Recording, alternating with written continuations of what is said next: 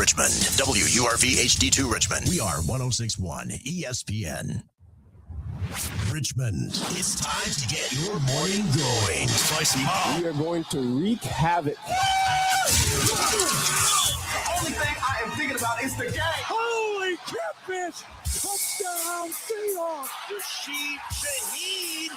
Richmond Sports Talk by Richmond sports fans. This is Fitz the Bill with Jack Fitzpatrick. All live from the capital of the Commonwealth, where sharp analysis, your cause, and Richmond always come first. If it's making headlines locally or nationally, we're breaking it down.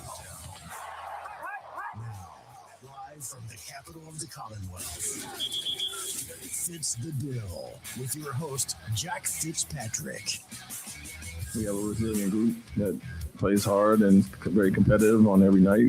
Rarely do we get blown out. If, a deficit, we fight back. We might have lost some leads, but that's kind of our DNA. And so that part I wasn't worried about. We had a hard-fought series last year. We went down 3-1 and got to Game 7. So we're going to battle. We don't have a lot of time to dwell on it. You can give yourself tonight, a little bit tomorrow, but once we get on that plane heading out to Houston, we got to forget about it, understand what we're going for, and it's going to be even harder, man. Like, every game is hard. It's so hard to close out a team in the postseason, to win a series, and this is our first time doing it as a unit, so, we'll see what we got. It's the first team to win 4 games in a series.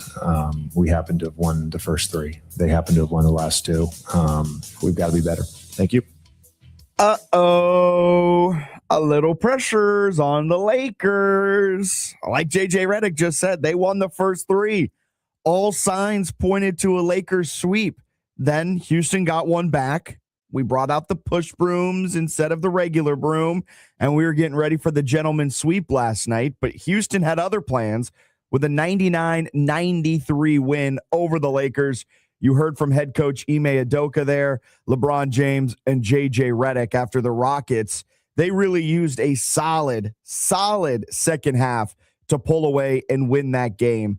Houston never trailed in the second half. It got to be tied at 44 with 2:26 left in the second quarter. Houston reclaimed the lead and then just never let it slip. And guess what? Kevin Durant wasn't in the lineup for the second straight game. And guess what? The Houston Rockets look like a better team with him off of the court than they've looked like with him on the court. They've had consistency. They had chemistry. They had Amen Thompson absolutely balling out defensively. Granted, his offense leaves a little bit to be desired, but with his play on the defensive end, you can give him a couple of breaks there as well. I mean, he finished with 7 rebounds. He did finish with 15 points or 14 shooting to go along with some assists, some blocks, some offensive boards. I mean, he was everywhere on the glass last night, was a big energy guy for the Rockets. Jabari Smith Jr., 22 points, had an efficient night. Şengün nearly had a triple-double, 14 points, 9 boards, 8 assists. And what's been the story in the Lakers' losses in this series, right? It's been turnovers and then allowing the Rockets to capitalize on those turnovers. The Lakers committed 15 turnovers last night. The Rockets got 18 points off of the turnovers. And when you lose a game by 6, you can point almost directly to that. The Rockets have figured something out. They have found a rhythm, which is a dangerous thing for the Los Angeles Lakers, because the Lakers, they're an old team led by an old guy in LeBron James. He had to exert a lot of energy in that Game 3 win. It looked like he kind of took Game 4 off, which I said was fine, right? You give him a game, then you got to go back to L.A. You've got to settle back in and win it in 5. You got to bring out the gentleman's sweep. Now, LeBron played nearly 40 minutes last night. He's going to have to travel to Houston, and he's going to have to expel a lot of energy yet again. All of that for the chance to play the OKC Thunder in the next round. You're essentially trying to win your way to a slaughter in the next round. The one good news last night for the Lakers was that Austin Reeves came back. He played 34 minutes, got 22 points, but he was wildly inefficient, was 4 of 16 from the floor. He hit his free throws when he got to the line, but you don't like him. You really don't like him using that many minutes coming off of the hamstring. They're still without Luka. So there's a lot of question marks, Alan, around the Lakers now, as all of the pressure, I think, sits squarely on their shoulders for a team like the Lakers, the last thing they want to do is bring this back to LA for a game 7. And of course, at this point in the playoffs, we're in the cliche territory, right? Who's got the most pressure going into a game 6? It's all Lakers. It's 100% the Lakers. Man, you playing with LeBron James is always pressure. That's true. That's true. I'm gonna get it out the way because again, I've said it a million times. Don't bring back Kevin Durant. Kevin Durant's a bad player. I agree. I actually wouldn't mess with the chemistry, but you do need Kevin Durant. You do. Because none of these guys have closeout experience or the experience of fighting off a closeout. At least Durant has that, unfortunately, on both sides. I was about to say, let's not look back at his OKC Thunder days. But LeBron is old, and that was a game last night. He needed to do the 40 points thing. We needed the 40 points thing. But I keep going back to it because people still won't admit it. I don't think he can. I heard what he said, but there's no way he wasn't in the mindset, or that team wasn't in the mindset with all the collective experience that they have, that this was a must win to save their legs and to not give the Rockets hope. The worst thing you can do to a team with youth is give them hope. Yeah. And what does Houston have? Aplenty now. Jabari Smith looks good. I was just trashing him like 4 days ago. Yeah, I was about to say, I think on Monday you came on being like, get Jabari I was Smith. like, get him out of here. I think you called him the wrong name. That's how disrespectful you were. Yeah, I actually know how to pronounce his name. So now you know his last name's Smith, not Carter. I know. So it's great to see the Rockets figure this out in real time. And again, shout out to Udoka for having patience with these guys. But it's concerning on the other side to see the Lakers have a moment like this with all the experience that they have. And to me, look incapable of putting the Rockets away. It's not like the Rockets necessarily took it away. It's like the Lakers, for the first time in this series, outside of the game where it was predictable because they went into the overtime, they look like they just were not the better team on the floor. Yeah. It looks like Houston has all of the momentum. In LA. That's exactly right. And like, what's been the biggest key for the Lakers? And this is crazy that I'm saying it for a LeBron James led team, but the biggest key in these 2 losses, it's been Luke Kennard missing in action. The dude's MIA. He's hit 3 shots over the last 8 quarters. He's a combined 3 of 12. He had 1 point last night. He had 7 points in Houston in game 4. In the 3 wins, 27, 23, 14. He's been trending the wrong way throughout this entire series. But after the first 2 games, I came on here and talked about how great it was that JJ Redick was able to unlock Luke Kennard. I guess he forgot where he put the key because it seems like Luke Kennard's locked back up. The dude can't do anything against this Houston defense. And he still won't play Dalton Connect.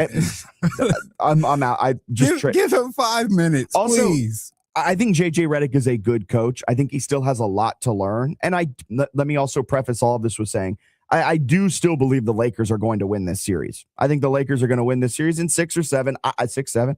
I can't tell you which one, but the Lakers will not lose this series. They will not become the first team ever to blow a 3-0 series lead. Regardless of the round, that has never happened before, and it's going to stay that way. The Lakers aren't blowing this. I mean, if they do blow it, I'll go ahead and say it. LeBron needs to retire. There's two things that, like, the 2 worst things that can happen to an all-time great athlete is that they hang around too long and they get hurt and they're forced to retire. Yes. Or they hang around too long and they're incapable of reaching the expectations that we're used to seeing, and they get pushed out in an embarrassing fashion. You either live long enough to see yourself become the MJ on the Wizards, or you die a hero. I mean, MJ on the Wizards had a couple moments, but like, yeah, he never would have gotten to the finals whatsoever. Well, and that's what we expected. So when we look back on it years and years later, it's a black mark. Although in real time, when you look back on it, look at his age, you're like, that's not bad. Yeah. LeBron James, and the probably since the bubble, so the last 3-4 years, when people look back on that particular section of his career, they're probably going to put a black mark on it. But he played at a high level and for his age. It's why it's really important that he wins this series. Like, it's very important for his legacy or whatever to win this series. The all-time great conversation of his legacy, he'll still be. Yes, for that part of his life. I mean, he's still going to be regarded. If you don't have him as the best player of all time, you likely have him as a second or third. You can quibble with. If you don't have him in your top 3, I already know who you like. That's exactly right. But like, So it won't impact any of that, but it'll impact the discussion you have with where does he rank between MJ and LeBron, which I don't want to rehash. Kobe. You said MJ and LeBron. Yeah, between the two of them. Oh, yeah. Like that's what this has to deal with. My like bad, the my bad, one my spot. bad. I had to include him because I know Kobe stands are out there. I'm not gonna disrespect the legend. I'm gonna keep my mouth shut on that one. But with JJ Redick, he's gonna be a good coach. He is a good coach. He makes some interesting lineup decisions. Dalton Connect, he's been played out of the lineup, whether it's because of defense, he got the yips, who knows what it is. But like Bronny will randomly get 10 minutes. And then he's a DNP last night, coach's decision, right? Like that type of stuff is just, he doesn't have his set 6 or 7 guys. He's a tinkerer. Yeah. He's too smart for his own good. Exactly. And so some nights you see Bronny play 10 minutes. Some nights, and I'm not saying Bronny should or shouldn't get minutes, right? Like he's a divisive player. I understand that. He probably shouldn't. He should. Not over Dalton Connect. It's just, well, maybe Dalton Connect can't play defense. I don't know what the whole Dalton Connect situation even if he can't play defense, he's a 40% 3-point shooter. I was going to say he's going to be more useful than Luke Kennard. Yeah, just trade Dalton Connect at this point. But like JJ Redick is a tinkerer, and I think that tinkering sometimes negatively impacts it. Because then you look over to Houston, they've got their 5 guys, right? And then they've got their 3 guys coming off the bench for a couple of minutes, but they've got their group of young guys, and it has worked out for them in a big way. Like Udoka is really just coaching laps around JJ Redick over the last 2 games. First 3 games, advantage JJ. Last 2, advantage Houston. LA's got to buckle down, go back down to Houston because you do not want this coming back to LA for game 7. And it's something we talked about last year, and I think the year before that, when the Thunder got into the playoffs, they had that super deep rotation, and a lot of people questioned it and was like, typically you're only running about like 6 or 7 guys. You can stretch it to 8 if you got the talent, but like the Lakers don't have, to me, a 9-man rotation. They really don't. No, and that's what they've been playing. Heck, they've sometimes been playing a 10 or 11-man rotation in the playoffs. And regardless, they've seen that DeAndre Ayton is their best player. And when DeAndre Ayton is your best player on a basketball court, you're probably going to lose a basketball game. I mean, he's not the guy I want to be the best player, but 17 rebounds. No, excuse me. Yes, 17 rebounds. He didn't have a bad game yesterday. 10 of them were offensive boards. He had a +2 +-. Just the Lakers just didn't have the legs, man. No, which is crazy. And that's what worries me. Like you had your break game, right? You exactly let game 4 go. Exactly. That's exactly where my mind is going with it. It's like, you've lost your legs. Can you get them back with the travel day now in between there? Now I know it's 2026, right? And travel days are so much different than they used to be, but I'm worried. I'm worried. It's the psyche too, right? Because I trust LeBron. Like at this point in his career, obviously he's got eons of experience as a player. I would trust JJ Redick, but it's that ego that I worry about. Look, I don't trust JJ Redick fully in a playoff series. He has the experience as a player. This shouldn't be an issue. When Steve Kerr was coaching the Warriors, he leaned on his experience as a player, clearly. Yeah. And it worked well in those tense moments when they were going through their origin story. That's what I'll call it. Like the early years before Steph became the Steph that we know and Clay became the Clay that we know and so on and so on. He leaned on his playing days. I think Udoka does the same thing. He's leaning on his playing days, right, with the Spurs and being a part of that organization. JJ Redick has been a part of some good coaching organizations. He's a very intelligent guy himself. I do not understand why he can't lean on that experience. Well, it looks egotistical to me. Alan, you said it. He's a tinkerer. Everything's got to be adjusted. This can be a little bit better. This can be a little bit better. The assistants need to smack his hands. But LeBron needs to tell him no. The offense has come apart. I don't know what it is. Like genuinely watching the game, it's just like something here is not working. They scored over 100 points in all of their wins. They scored 96 in game 4, 93 last night. Like you've got to figure something out. Is it the 3-point ball? Is it because of tired legs? They went 7 of 27. That could be it. But like, it's not like Houston setting the world on fire. Last night was a winnable game. Houston shot 44% from the floor, scored just 99 points. That should be a game you win, but LA never really was in it. I mean, they trailed ever since the 2:26 mark in the second half. Ever since tying it at 44, Houston then got a hold of the game and they never let it go. And LA was kind of just struggling to find any sort of rhythm. never really did. There was a late fourth quarter push, but it never really amounted to anything. And it's going to be tough for LA. I don't see them losing it. I'm going to make that very clear. But there are, as a LeBron fan, there are some nerves setting in when it comes to the old legacy talk. Yeah. Oh, all right. Call in, Chris. Let's hear it. Coming up, we've got Caitlin Benson, Caitlin Free, joining us at 9 a.m. to help handicap the Kentucky Derby. She had a wildly amazing 2024 Kentucky Derby. She called the trifecta, which means she correctly predicted the first place, second place, and third place winner back in 2024. She's one of the best doing it. She's a horse racing analyst, reporter, covers Churchill Downs, covers Colonial Downs, so she knows what she's talking about, especially when it comes to Incredible, the Virginia Derby winner. So Caitlin will be joining us at around 9 a.m. to help preview the Kentucky Derby. Between now and then and after, we want to hear from you. 804-327-0888. The Radke Insurance phone line is now open. Call or text in. You can also be part of the show by liking, commenting, and subscribing over on our YouTube, Facebook, and Twitter. That's where the stream is. If you're looking for it, just type in ESPN Richmond. We'll pop right on up, and you can watch live. Coming up next, we've got to talk about the historic night we saw between Cade Cunningham and Paolo Banchero. Those two combined for 90 points in what turned out to be a pretty good game between the Pistons and the Magic. That's coming up next right here on Fitz the Bill. If you want to talk Braves baseball, Here comes some late-night dynamite here at Truist Park. there's only one place in town to turn for all the action. 106.1 ESPN, bringing you nonstop Braves action all season long. High in the air, deep to left field. That's a long gone daddy. Presented by our friends at Park & Go. Golf season is here. Whether it's your first round of the year or the next round, make sure you're playing it at Hunting Hawk Golf Club. We're offering special pricing this summer on outings for civic organizations, churches, kids' athletic teams, or your own special fundraiser. Sign up now for the Hawk Golf Association Summer Series Tournament. Guaranteed fun for the whole family. For more information or to book a tee time, call 804-749-1900 or visit our website, huntinghawkgolf.com. This is advertising material. A drunk driver changed your life in an instant. Now what? The pain, the bills, the recovery that never feels fast enough. You didn't ask for this, but you don't have to face it alone. Alexander Shinara trial attorneys fight for drunk driving victims and get results. Call now, 877-222-6666. Or visit alexwins.law. Don't wait, alexwins.law. This is advertising material. Past results do not guarantee future outcomes. Every case is different. Philip George's licensed attorney in Virginia is responsible for legal work. Office is located in Norfolk. Weather reports on 106.1 ESPN Richmond, brought to you by Herman Allen Plumbing, Heating, and Cooling, a premier Lennox dealer. Online at hermanallenplumbing.com. I checked Allstate first and saved hundreds on my car insurance.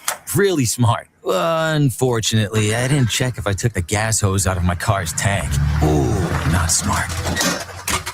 And I drove off while still attached to pump number 3. Yeah, checking first is smart. So check Allstate first for a quote that could save you hundreds. Potential savings vary, subject to terms, conditions, and availability. Allstate North American Insurance Company and affiliates, Northbrook, Illinois. You know the rush when you reach that goal, when something you've worked for pays off. That's success. At University of Maryland Global Campus, we believe you should never stop chasing it. That's why we offer a skills-based education that helps move your career forward. Learn how to apply emerging technologies like AI and data science. Build your leadership and critical thinking skills. Apply now and save with no application fee. Classes start May 13th. Learn more at umgc.edu. Certified to operate in Virginia by SHAP. 106.1 ESPN traffic. Sliding Hill Road is blocked off due to a major accident between New Ashcake Road and Keats Road. For those of you heading west on Cary Street Road, we are seeing some backup between Hillcrest Avenue and 3 Chopped. We're also seeing some merging delays heading north on 195 between Broad Street and Bryan Park Interchange. Looking to grow your local business? Let's team up. I'm Jack Fitzpatrick, host of Fitz the Bill on ESPN Richmond. Together, we can craft on-air campaigns that drive customers right through your doors. Ready to collaborate? Email me, jack.fitzpatrick@summitmediacorp.com. Beat goes on.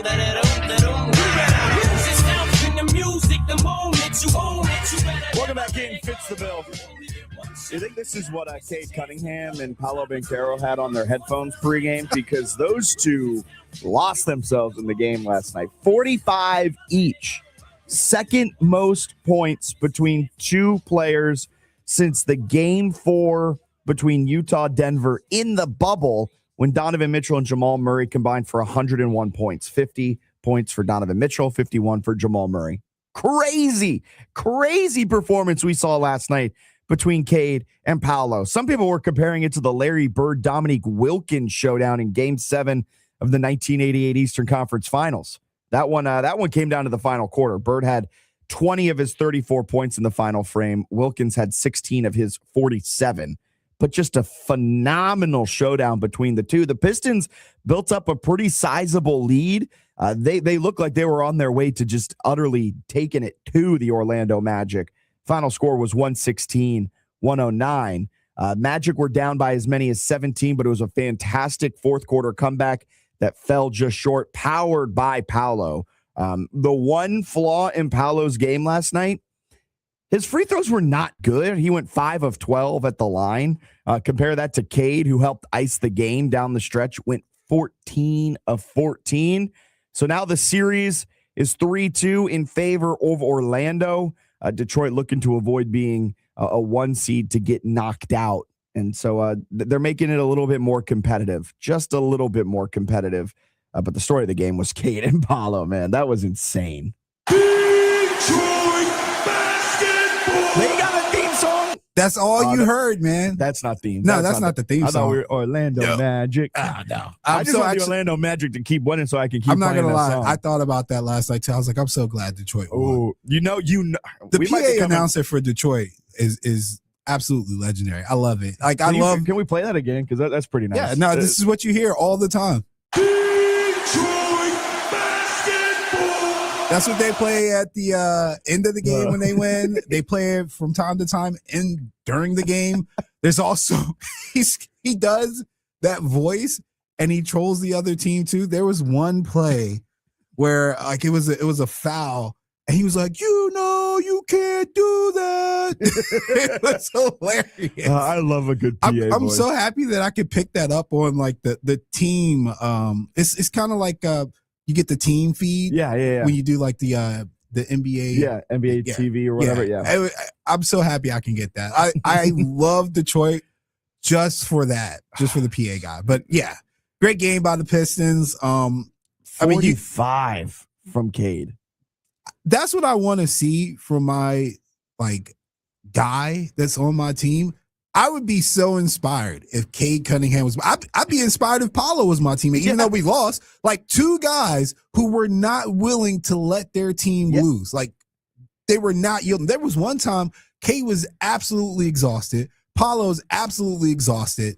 And you could tell like they just had this look in their eyes where it was like nothing matters except for this game right now. That's what makes NCAA tournament so much fun, because not to like go on that quick side tangent, but like you have the greatest players step up in the biggest moments. Big time players make big time plays and big time moments.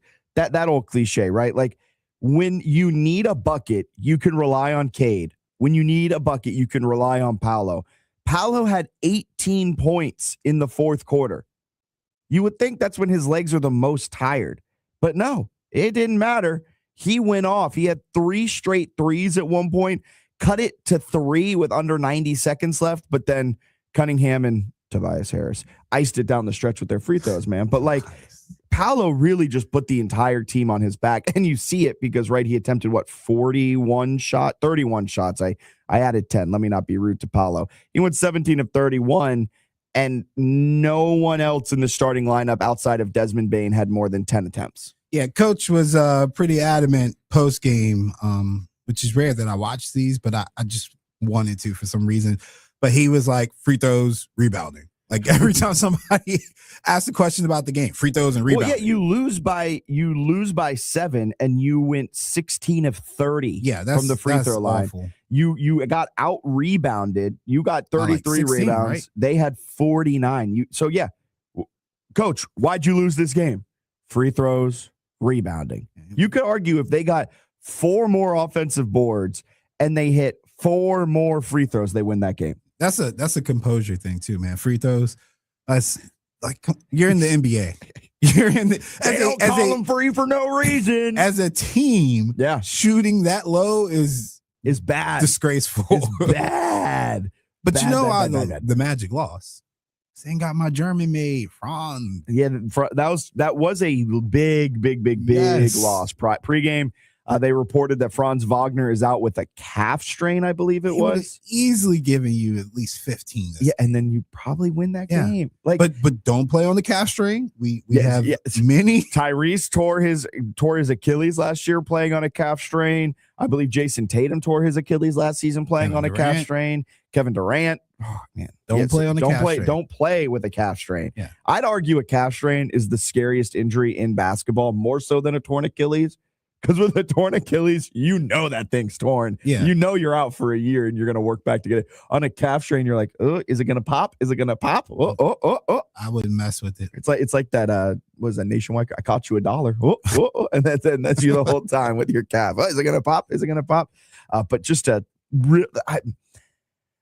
I love watching two guys go blow for blow like that. Like Cade gave him his best shot. Paulo returned the favor, and they made that opening game last night what looked like it was going to be an absolute blowout. No fun. They made it an absolute blast to watch. All right, let's go on out to the phone lines. The Radkey Insurance phone line is open, 804-327-0888. We got Chris on line one. Chris, we got to put our push brooms away, and now we just got to hold on and hope that the Lakers can pull this one out, huh? Jack, I'm going to tell you what's open other than the Radkey Insurance line. It's this series now. And here's one thing that, and this was interesting to think about because maybe there was some planning to this, but the shot that LeBron missed at the end didn't look close at all.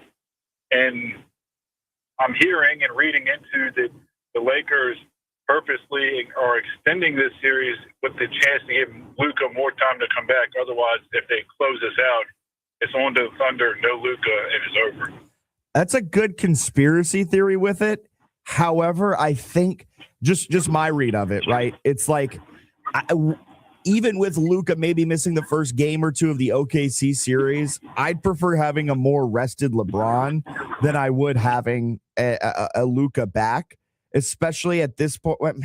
I mean, that's a good conspiracy theory. I just don't know how much I'd read into it. Yeah, I don't either. But if you watch the shot, it does look like it was a careless shot. Like it almost looked like there was a little. I don't care if I missed this. I think that's the scary thing, though, about a tired LeBron. Like, when LeBron gets tired, he puts up some ill-advised, pretty bad shots. And so that's why I'm more like, give him more time to rest. Although, OKC's waiting for you regardless. But, I mean, you want as much time as humanly possible. You do not want to put too many minutes on LeBron that aren't necessary at this point in his career. Yeah, and as a LeBron fan, if you go back to that Celtics series way back when he decided it was it for Cleveland, it had that little vibe to that shot. Yeah. Like he was missing, like they weren't tired shots. It was just, make it, miss, whatever. But I was hoping they'd close it out. But now it kind of, I would not be, look, he is in a lose-lose situation. If they win this and get swept by the Thunder, they're going to say he got swept. But the other side is he doesn't want to be on the other side of history because he was on the side of the only team to ever come back 3-1. And if he lets the Rockets do it, he won't live that down. Yeah, he's stuck between a rock and not the hardest place, but a hard place, right? Because Thunder are waiting. They're chomping at the bit to get a beaten and battered Lakers team, right? Like, because even if Austin Reeves came back last night, gave you a lot of minutes, but he's still recovering from that hamstring. Whenever Luka does come back, he's not going to be 100%. So the Thunder are chomping at the bit to get a beaten and battered Lakers squad. Meanwhile, the Lakers are just trying their darndest not to lose to Houston. Like, that's the crazy part. Now, I do think in a weird way, it'll probably be lost in history. But right here, right now, I think we'll give the Lakers a little bit more credit for beating the Rockets. Because I remember, rewind 2 weeks ago, the Lakers were coming into this series against Houston without Austin Reeves and without Luka Doncic. And people were saying the Lakers were going to lose in 4, and Houston got the easiest draw of the first round. And now here they are down 3-2, and the Lakers are looking like, I know the last two games are fresh in our memories, but if we look at the entire body of work, the Lakers have looked like the better team up to this point. I think the Lakers are going to get a little credit for that, but that nuance is lost in social media and it's lost in history. So I doubt that nuance will go towards the whole legacy talk. Yeah, I mean, you're right. 2 weeks ago, we were saying they were going to get swept, but then when they were up 3-0, that kind of erased all that talk, and they look like the favorites. So now you can't lose. You can't. You cannot. Well, we were projected to get swept when you were up 3-0. That's gone. Yeah. That's gone.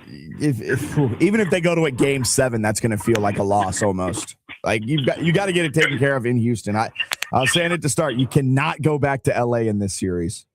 But I would found it interesting. Wonder what you guys thought. So thanks for letting me take up your time. And Alan, you put some good vibes back on them Lakers. Chris, appreciate you calling and have a great rest of your day. Yeah, we got to get Alan back on the We're back. Is that Houston? yeah. It's the jinx, man. See, I was like, man, the Lakers. Now look at them. I'm going to stay a fan of the Lakers. See if I'm actually a jinx.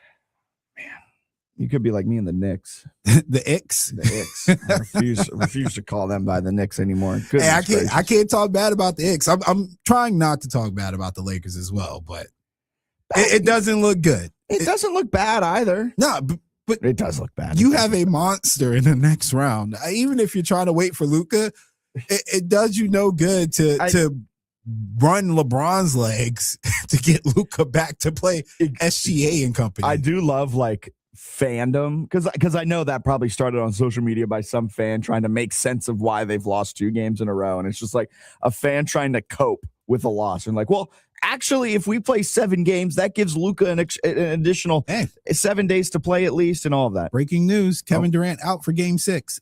That early? Yeah. Is it still his ankle? I mean, I would assume so. Man, just trade him.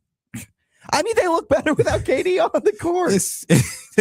I don't see them winning the series without Kevin Durant. So legacy talk real quick, because legacy talk's one of my favorite things when it comes to LeBron, right? 2 weeks ago, the Lakers were supposed to get swept by Houston. Yes. Now they're up 3-2 in the series. They had a 3-0 series lead. It's gone back and forth. Kind of feels like whiplash. But how does this impact KD's legacy? It's not going to impact his legacy. You know why? Because Steph Curry and LeBron have put themselves in the stratosphere where a lot of times we don't even talk about Kevin Durant. Well, that's what am I saying? Does he fall even more? Because Houston could potentially pull off a historic comeback, the likes we've never seen before, without Kevin Durant on the floor, and their worst games of the series were with KD on the floor. You know what I mean? I maybe does it knock him down another peg? Do we stop talking about him as a 1? I don't think you can stop talking about him as a 1 because of the immense scoring ability that he has, and the fact that he still is arguably the best or second best shooter, depends on how you look at Steph Curry in the league. Best shooter. He is the second best shooter. He's the best 7-footer. Oh yeah, best 7-foot shooter. Sorry, he won't say he's 7 foot. I think he's listed as 6'10". Yeah, no. I don't know, man. I would put him, if we did tiers, I would put him and Kawhi Leonard on the same tier. Yeah. That's a great one. Yeah. I just personally, 10 years from now, when we talk about this era, I'm not going to talk about Kevin Durant like he was the second best. I'm not going to talk we don't talk about Carmelo like he was the second best, right? But we respected Carmelo. I feel like KD's going down a Carmelo path. Yeah. A little bit more success. Yeah. When he came in, you thought he was going to match up with LeBron. Time said no, not really, but he's still a great player in his own right. And when he did match up with LeBron, he did it with Steph by his side, Draymond by his side, Clay by his side, and did beat him in those. That part of his legacy, he won't be able to get away from the fact that he lost 3-1 and then joined the team that beat him. That's not a good look from a competitive standpoint. And he decided to do his own LeBron James thing and put together his own big 3 like LeBron did. But LeBron won 2 championships in Miami. Because he's not a leader. He's not a leader, and he picked Kyrie and James Harden, 2 of the biggest head cases in the league, 2 of the greatest players in the league, but 2 of the biggest head cases. To ask you a question. Okay, a question off of my question. Prove my point here. You don't have Kevin Durant. Game on the line. Who you giving the ball to for the Rockets? For the Rockets? Yes, because you need a guy to win this game. Şengün. You just got a 24-second violation. Şengün. Şengün. Who are you giving the ball to? Durant on the bench and hoping he can come up and shoot a shot. There's no close. I'm not saying that it can't happen, but God forbid this is a tight game. LeBron's a closer. Yeah, we know that. Even if he hasn't been the most consistent in this particular series for some folks' liking, he's a closer. I'd even give the ball to Marcus Smart to take a shot to close the game out before I give it to anybody on the Rockets, man. Chill out. You would rather give now you're just talking. Şengün over Marcus Smart. Reed Shepherd, maybe. I can't see Şengün. Şengün, he can't do it. Not with the game on the line. It's Şengün's their He's best not Joker. player. He's not Joker. That's what you're facing though. Like you're gonna need a guy to close this series. Whether you think in order for the Rockets to win this series, let's do this hypothetical. In order for the Rockets to win this series, there is no path in which they win without needing a guy to close the game out. The Lakers will not go down like that. If LeBron loses game 6, you're getting demon LeBron that was like talking trash to the Warriors and blocking shots off the backboard. I promise you he's going to dial it back for game 7. He can't go out like this. So somebody's got to stop that LeBron. And somebody's got to match that energy and be clutch. Who? It's not KD either. Yeah, I know. You don't have a guy. That's my concern. Yeah. To close this series out, you're going to need a guy. Yeah. Oh, we got a text in. Guys, the Carmelo reference was good. Good job, Alan. Yes. But if you're talking legacy, Dwayne Wade gets slept on so much in the LeBron era. I know they were teammates, but before that, Wade was arguably up there as one of the best in the league when they were both in their prime. Wade has always been historically slept on. Absolutely. Yes, 100%. I agree with that. But Wade played in the era where Wade could be one guy and do what he did. Well, he also got Shaq to help him too. But Shaq wasn't that much help. I know. And Dwayne Wade also Dwayne Wade was in the perfect era of basketball for his play style because he was a athletic shooting guard who could pull up in the mid range. And his game would not train. He was the position back then. Yes, so like he really was. He's like a Hall of Fame level DeMar DeRozan. You know, like DeMar's like a mid range menace, and Dwayne Wade. I'm not knocking D Wade, but how would Wade's career look if Wade's prime was in the Big Three era? I don't think Wade could have got through the Big Three era in his prime without having to join forces with somebody else. You mean as well. like the Big Three Celtics era? Yeah, like if he had to go through the Celtics. Yeah, well, like LeBron had to go through the Celtics. The knock on LeBron is that he had to do XYZ to get his championships, and Wade didn't. Right? Wade was the guy. He beat Dirk by himself, basically. I think also to add on to the whole Dwayne Wade thing, and I'm not trying to take anything away. He is historically slept on. Love his game. He's phenomenal. One of the best in-game dunks of all time. One of the best just like clutch players. Like he was so much fun watching him play in Miami. Anderson Varejao. Look it up. If you put, and I'm going to play this what if game. If you put LeBron on that Miami Heat team and you put Dwayne Wade on the Cleveland Cavaliers team, the teams they both got drafted on, LeBron's probably winning multiple titles with Miami because it's just a more buttoned up organization, better coaching staff, better ownership. LeBron went through 4 coaches his first tenure in Cleveland. Cleveland was a mess. So I also think Dwayne Wade was in the perfect era with the perfect team and capitalized on it, winning a championship with him as the one, which I don't think a lot of people thought he could do coming out of Marquette. And then he was the leader for recruiting the Big Three in Miami, bringing in Chris Bosh and LeBron. And then they went on to have all of that success as well. And I do give him full credit for taking a step back and humbling himself. Because that's also not talked about. Yeah. To allow LeBron to come on and try to get LeBron to be the player, the de facto leader. Honestly, him and Chris Bosh took a big personal risk there for their brand to combine like that and just be de facto super role players, essentially. Right? Pretty much. Yeah. Like step up when you're asked to, but don't overstep on LeBron. Yeah. Because when the Big Three of the Celtics got together, like KD or Kevin Garnett, KG was a little getting close to being long in the tooth. Ray Allen was getting a little close to being long in the tooth. Paul Pierce had done a couple spins around as well. So it wasn't quite the youth of Bosh. Yeah, they all joined in their prime. Yeah. So I think history's not looking at him in the same light as they should. That's a great text. Yeah. Great text. Give Dwayne Wade his flowers. All right, let's get a quick break in. We'll step aside. Then we got some news or snooze coming up. A couple of really random ones. We got some NHL, some golf, and Virginia Tech athletic director update. That's all coming up on News or Snooze.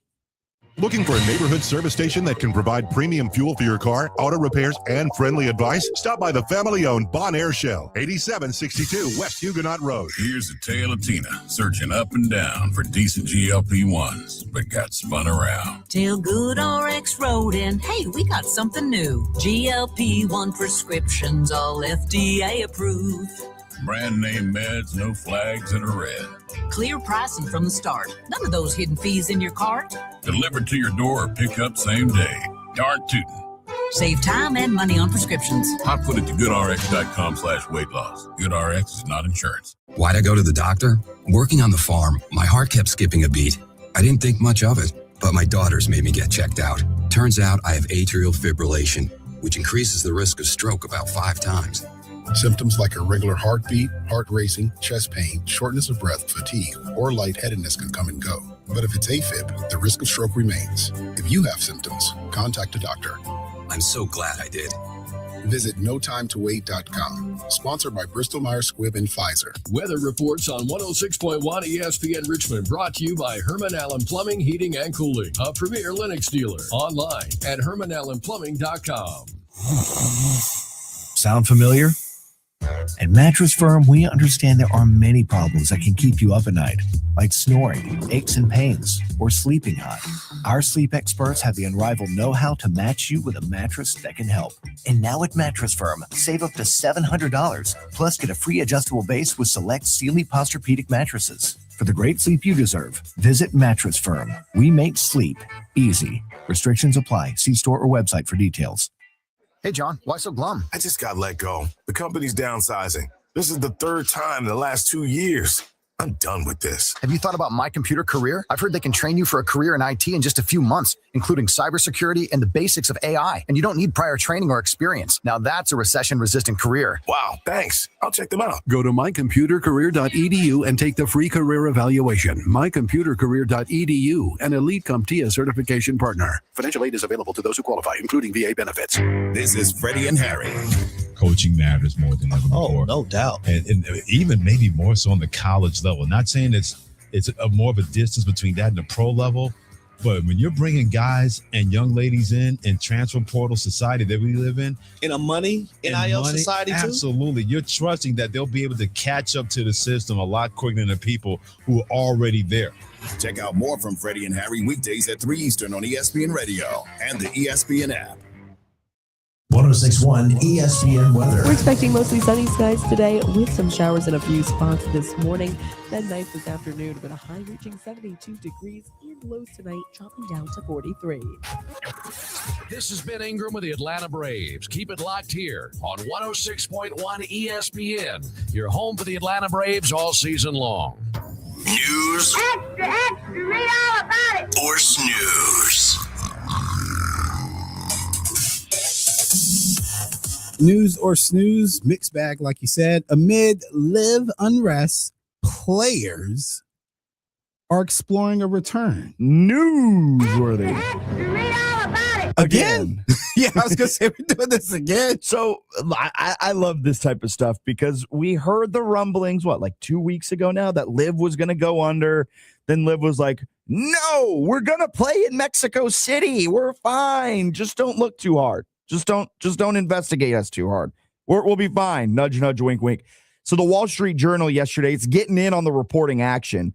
They have a set date per their source. They're reporting that Liv is expected to tell its players by Thursday that PIF's funding will stop at season's end. Then the Telegraph reported that captains of the Liv teams have already been informed that the funding will stop at season's end, 100% confirmed. Then Sports Business Journal, we got all the big hitters coming in. They reported yesterday night that Yasir Al-Rumayyan, the governor of PIF, who is behind the creation of Liv, is resigning as the tour's chairman.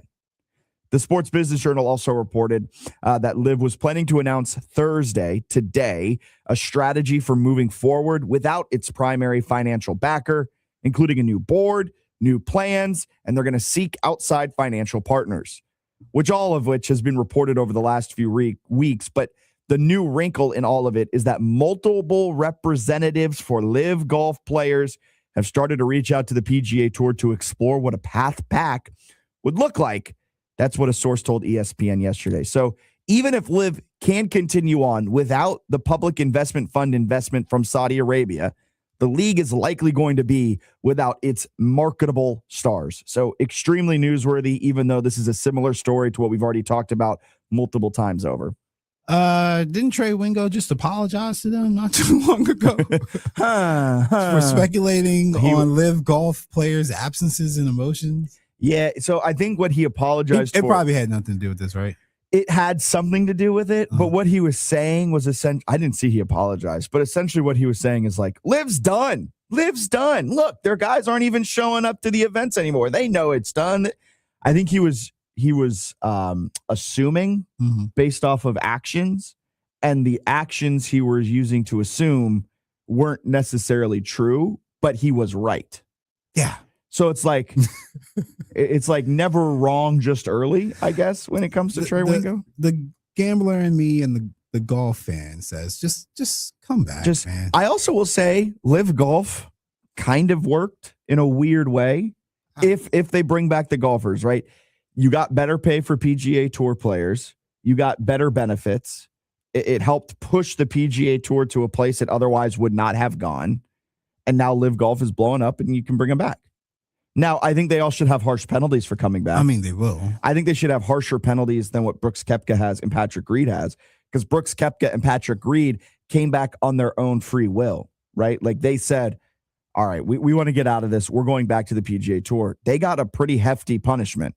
I think every player that's looking to come back now that LIV is essentially gone under, where they're being forced to come back to the PGA Tour, I think they should get a harsher punishment than what they got. I think Phil shouldn't even bother. Oh, Phil's done. Just retire, man. Don't even bother. Just have fun. All right, number 2, David Till shared potential Virginia Tech AD hires on the Sports Huddle. Newsworthy. Extra, read all about it. It was a really great about 20-minute interview yesterday Teal had on the Sports Huddle with Bob and Matt. But he shared a couple of names. He's got a full list.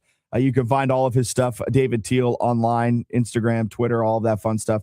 You can find him over there where he shares the links. But he shared a couple of names yesterday on the potential Virginia Tech AD hire. I think the most curious name that I threw out there, because he's non-traditional, but he is well-known in Virginia Tech circles, is the former Hokies All-American center, Jim Pine. If Virginia Tech wants to go the conventional route, what about another former Hokies football player, albeit briefly? That would be Matt Roan at James Madison. A law degree, to me, would be pretty appealing. He has it, as does Chance Miller, the athletic director at Coastal Carolina. Couple of good names in there. Couple of really good names. You can find his full breakdown at the Virginian Pilot. If you just Google David Teal, Virginia Tech AD, one of the first links that pops up. But look, Jim Pine would be an out-of-the-box, unconventional hire. I wouldn't go that route. But David Teal did break down why it could make sense. I understand. He's got a lot of connections. He's dealt with a lot of money. He's been big up in sports partnerships, things like that. The really interesting one, Chance Miller, he brought up from Coastal Carolina. That's been one of the hot names. Mm-hmm. I think Matt Roan's a great hire. I think Matt Roan would be fantastic. Granted, I have a relationship with Matt Roan. He's come on the JMU Sports News podcast once. He's come on Talking Dukes a handful of times. Mm-hmm. He's always extremely gracious with his time. He's got stops at Nichols, Eastern Kentucky, JMU. He's very clearly worked his way up, and something he has done at every spot is increased money through fundraising. He is extremely good at that. He's extremely good at creating relationships with boosters and with the local community, and he has left each place better than where he found it. And even at JMU, I know Jeff Bourne, the JMU fans that are listening are probably yelling at me saying Jeff Bourne was a great AD. He just took over what Bourne did. That's true, but he has increased fundraising. He has done an exceptional job.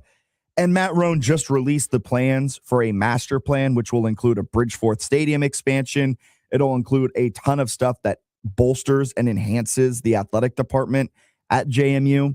I think that master plan in the back of his mind is done to help his potential P4 candidacy. He's from Pulaski. Yeah, he's from Pulaski. Played David Teal. I don't know if he They said don't on there. talk like that in Pulaski. Oh, sorry.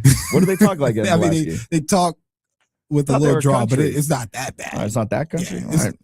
it's not the hills of West Virginia. All right. So I won't even try to do it. But no, like I think that matters because you need to know your demo, right? Yes. And you need to know what you're getting into when you go to Virginia Tech. Like Coastal Carolina to Virginia Tech is going to be quite the culture shock. Myrtle Beach. Sorry, Conway, South Carolina. Myrtle Beach to Blacksburg, Virginia. Quite the culture shock. Not that he couldn't do it. Just saying. Happy Valley to Blacksburg isn't too much of a culture shock. Nah, I but don't think Myrtle Beach to Blacksburg. Harrisonburg to Blacksburg, easy. Yeah. Done. But tomato, basically. I think it'd be a home run if Virginia Tech went out and got Matt Roan. I'd be bummed as a JMU fan to see him go because he's done really good stuff in a short amount of time at JMU. But if the Billy Napier hire works out for Roan, that will be his one big hire. And there's a reason he wanted to go out and make a splash with it, right? I think that was a kind of shot across the bow to let people know, hey, I mean business.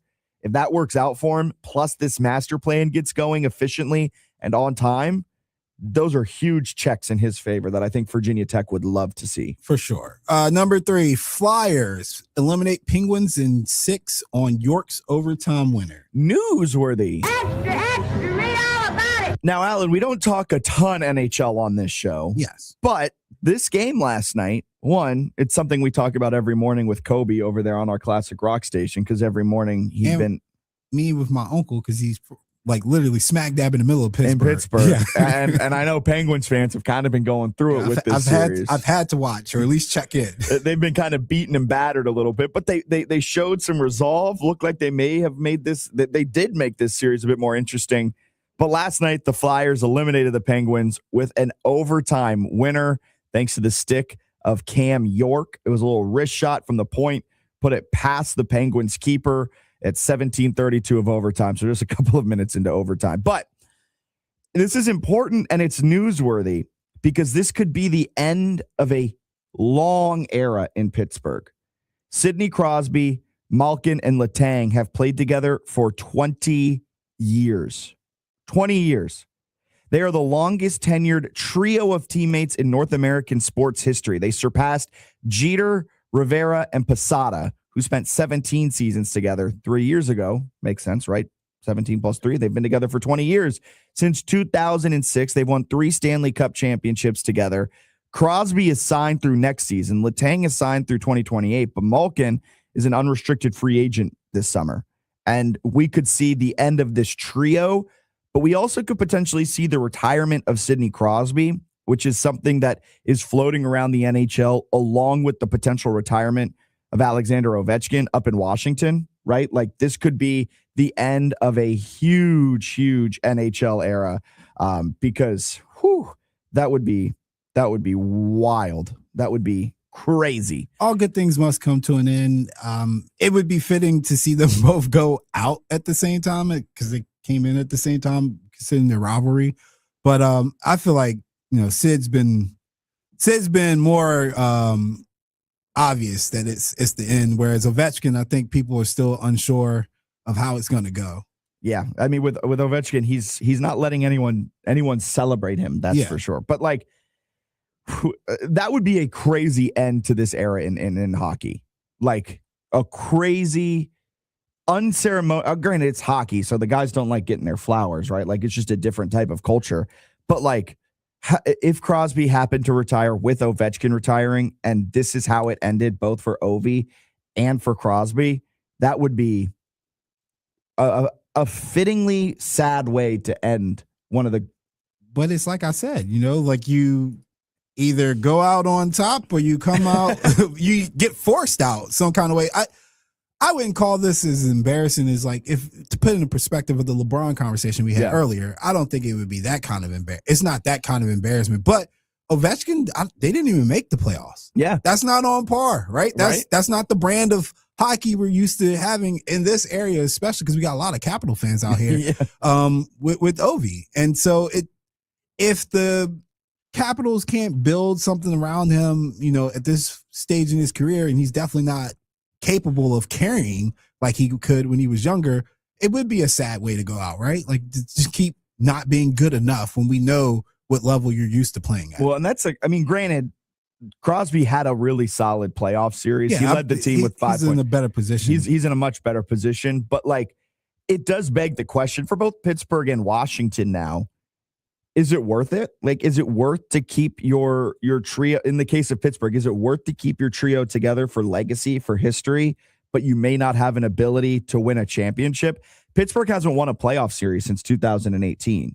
Like, it's been a long drought.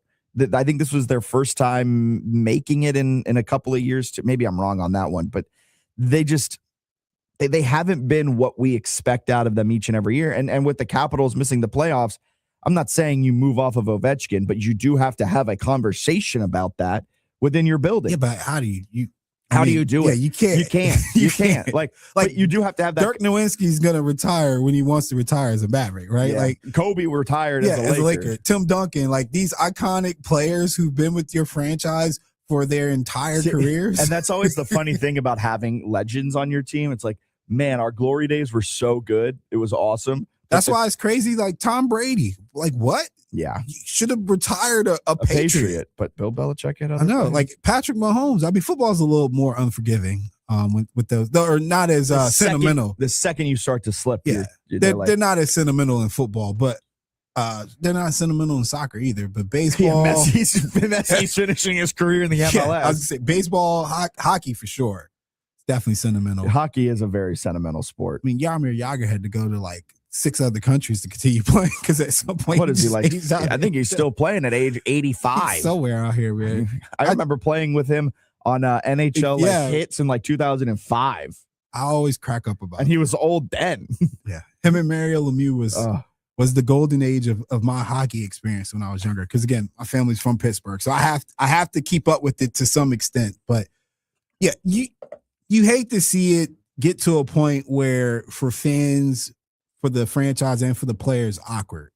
And I don't think Ovi's approaching that by any means, but I don't know if Sidney Crosby and the Penguins wouldn't be approaching that if he decided to come back. Yeah. A bummer loss for the Penguins last night could potentially spell the end of an era in Pittsburgh, and zooming out and looking at the entire league could potentially spell the end of a great era between two of the best to ever do it in this generation in the Eastern Conference. Something to monitor throughout this offseason over there in the NHL. All right, coming up, hour number 2, we've got Caitlin Benson joining us to start hour number 2, helping us break down the Kentucky Derby, the 152nd running on Saturday. We'll get an update on Incredibolt as well, the Virginia Derby winner. 20-1 odds to win it on Saturday. Back in 2024, Caitlin called it the trifecta. Guessed the first, second, and third place winner. The winner that year was Mystic Dan. He had 20-1 odds. Can Incredibolt get the same type of luck? We'll talk to Caitlin coming up in hour number 2.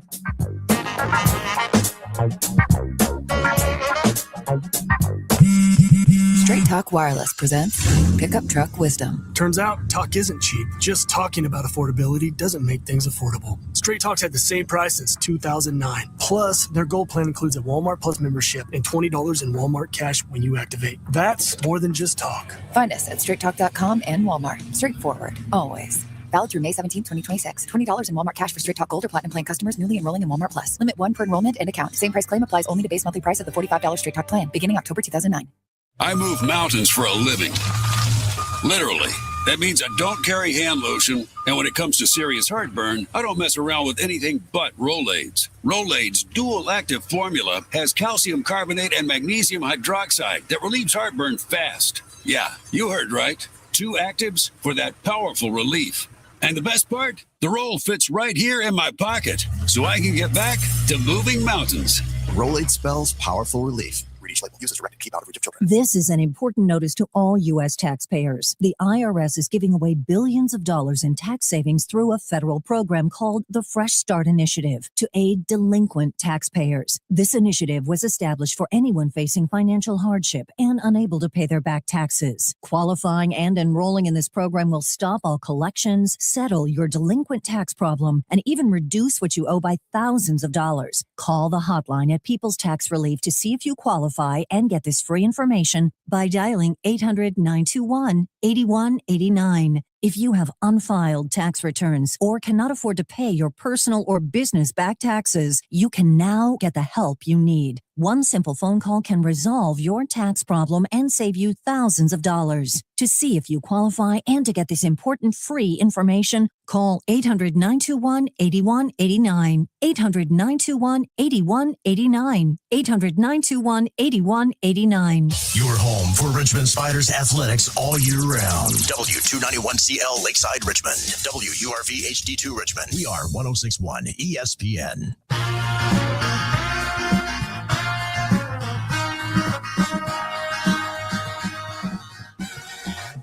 You're listening to the second hour of Fitz the Bill on 1061 ESPN.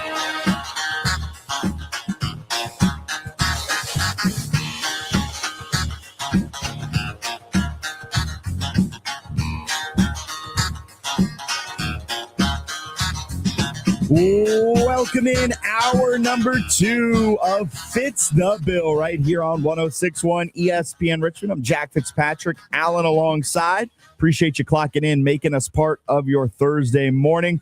We're streaming on Facebook, Twitter, and YouTube. Just type in ESPN Richmond. We'll pop right on up, and you can watch, you can like, comment, subscribe, do all of that fun stuff. And, of course, you can be part of the show here throughout hour number 2 by calling or texting into the Radkey Insurance phone line, 804-327-0888. And that's where we begin hour number 2. So we've got Caitlin Benson on the line, horse racing reporter and analyst covering Churchill Downs, Colonial Downs as well. Caitlin, good morning. How are we doing? Good. How are you? Doing fantastic. Appreciate you carving out some time here for us because you're at Churchill Downs now, right? Yes, I am. What's the vibe been like so far heading into the 152nd running of the Derby and the Oaks? It's definitely been busy. We're seeing horses that are scratching kind of a little bit. A lot of the scratch times are coming up. We just had another one come out of the Kentucky Oaks. Bella Ballerina is going to come out of the Oaks. Full Effort was a scratch this morning out of the Derby. So it's definitely a moving goalpost as far as these fields go. So that's definitely something that's on the back of everyone's mind. But everyone's really looking forward to it. We're going to get slightly better weather this year. No rain. It's going to be a little bit on the chilly, but I think everybody's a little bit looking forward to that. It's not going to be hot. It's not going to be wet. So the vibes are definitely cooking. How much does weather play a role in the race itself? Oh, it plays a massive role because you've already got a lot going on with these horses. They're encountering something they've never had for the first time, a 20-horse field, a new distance, lots of things going on with the crowd, and it's loud. So if you have to throw in a muddy track with that too, it's just another thing. Some horses will handle it, but the thing this year is there's not a lot of horses that have any off-track form at all, so not something we're going to have to worry about. Caitlin Benson joining us on this Thursday morning. Caitlin, I know we still got, 48 hours before the race gets underway, but have you identified a favorite horse, maybe a couple of favorite horses in this year's Derby field? Well, I think as far as horses that are going to take money in this race, Renegade, Commandment, and Further Ado are going to be your top 3 in your betting choices. I'm going to try to beat those horses. I'm going to try to go with Chief Wallaby is my top selection in this race. He's going to add the blinkers. That's usually not a change that you want to make in a race like the Derby, but it's Phil Mott. It's Junior Alvarado. They won this race last year, and they're definitely confident like they were last year with Sovereignty. I think the equipment change is going to put this horse over the hump. The distance is going to be great. He should get that mid-pack type of a trip that you're looking for in a Derby winner and have some tactical ability. So I think he's all around the best candidate. And another horse that I'm looking forward to, at least keying underneath because it may be too much too soon in his third career start. That's Emerging Market for Chad Brown. Chad really likes this horse. Chad's a conservative trainer, so if he thinks this horse can win the race, that's why he's in here, and he thinks this horse has a world of talent. I do as well, and Flavien Prat has an incredible record in Triple Crown races. So the fact that he could have really picked anybody, but he ended up here, tells me a lot. You mentioned Bill Mott. We had Riley Mott on earlier this week. He's trainer for Incredible, of course, the winner of the Virginia Derby at Colonial Downs. Incredible in the post position 11. And I want to know with post position, how much does that matter for a horse in terms of trying to go on, be in the money, or win? It matters a lot. And by the way, I do think Incredible has a chance to run a very big race on Saturday. I'm going to be using him in all of my tickets too. So Drawing outside is probably best for a horse that is has a little bit of speed or is a little bit more tactical. That way they can cross over and clear a little bit early on. And drawing the inside, no matter what type of a running style you have, is obviously a handicap because you stand a chance to get buried down there on the rail. You're going to have to kind of blast out of there quicker than you want to. So I'd say anything inside is a bit more of a handicap than being outside, but a lot of it depends on who's beside you and your running style. Do you have speed? Do you not have speed? Are you beside another speed horse? Are you beside closers? That way you're going to be able to get out of the gate and kind of go forward, and they're kind of just going to be hanging back, trying to establish their position in the back up portion of the field. So a lot of it depends on who you're drawn next to rather than where you are in the gate. Interesting. I never heard that approach to it. So that's very interesting. And with this, there's 20 horses in the race. We've already had, I believe now, 2 scratches. So we've got 2 of the alternates to step up into it, but we've got 20 horses in the field. That's a lot of horses. How do you, as a handicapper, try to get through that many horses to try and figure out who's got the best shot? The gate plays something into it, and the race shape plays a lot into it. 20 horses is a lot, especially on the dirt. There's no other race in the United States that's going to have this many horses. This is the most that you will see, and you have to identify where the horses want to be in this race, where they're drawn, and what you think is going to happen. You kind of have to run a simulation through your mind a couple of different times with several different scenarios. So this is a race with some of the also eligibles getting in, and the scratches that have happened. This pace, or this race pace-wise, went from being moderate to being fast pretty quickly. So horses like Commandment, Renegade, Golden Tempo that are figuring to be closers, they have a better chance than maybe they did a couple of days ago with some of these speedier horses drawing in and some of the other horses that were kind of off the back type of runners coming out of this race. Full Effort was probably the deepest closer in the field, and he's obviously now out. So that's one less horse that they have to try to fend off, and the speed is just going to get a little bit quicker for them. So you kind of have to identify what the pace is going to be like and where you think the cast of characters are going to slot in,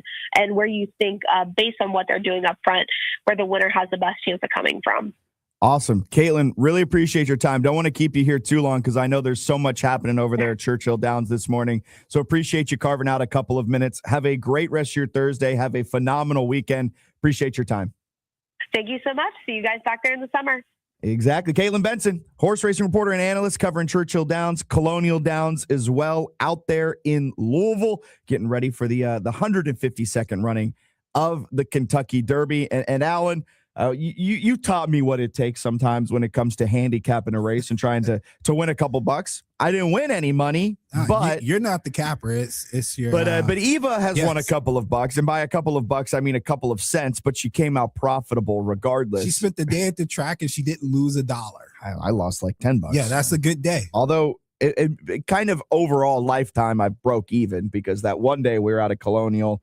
When the sports auto was out there, I hit not a trifecta. What's the 2? It's a exacta. Exacta. Thank you. So I wanted to bring you in here because I know Caitlin's busy, so I don't want to keep her too long asking her all the dumb questions when it comes to handicapping. She said something about Incredible, who's running from post position 11, morning line odds of 20-1. So that means a $1 bet would bring you back 20. So she said Incredible will be on all of her tickets. Yes. What does that mean? That means that whether she's doing the exacta, trifecta, superfecta, whatever, she's going to have Incredible in her box or somewhere on a ticket. You use a horse like Incredible on a trifecta because you want him to bring up the rear. You want longer odds to bring up the rear because essentially in a perfect world, if the top 2 horses finish first and second, usually there's a long shot that finds its way in the top 3. There's a high chance of it, actually. That's what you're essentially hoping for. When you see these huge tickets at Colonial Downs, it's always the ones that have a 20-1 at number 2, but also that bringing in the rear, that 30-1 or something like that really gets you a big bump up. Incredible has the running style, and Riley talked about this on Tuesday. You look for closers, you look for horses that finish strong at the Kentucky Derby because at this point, it's the longest distance that all these horses have run. Yeah. It's the biggest field that they've all had to operate in.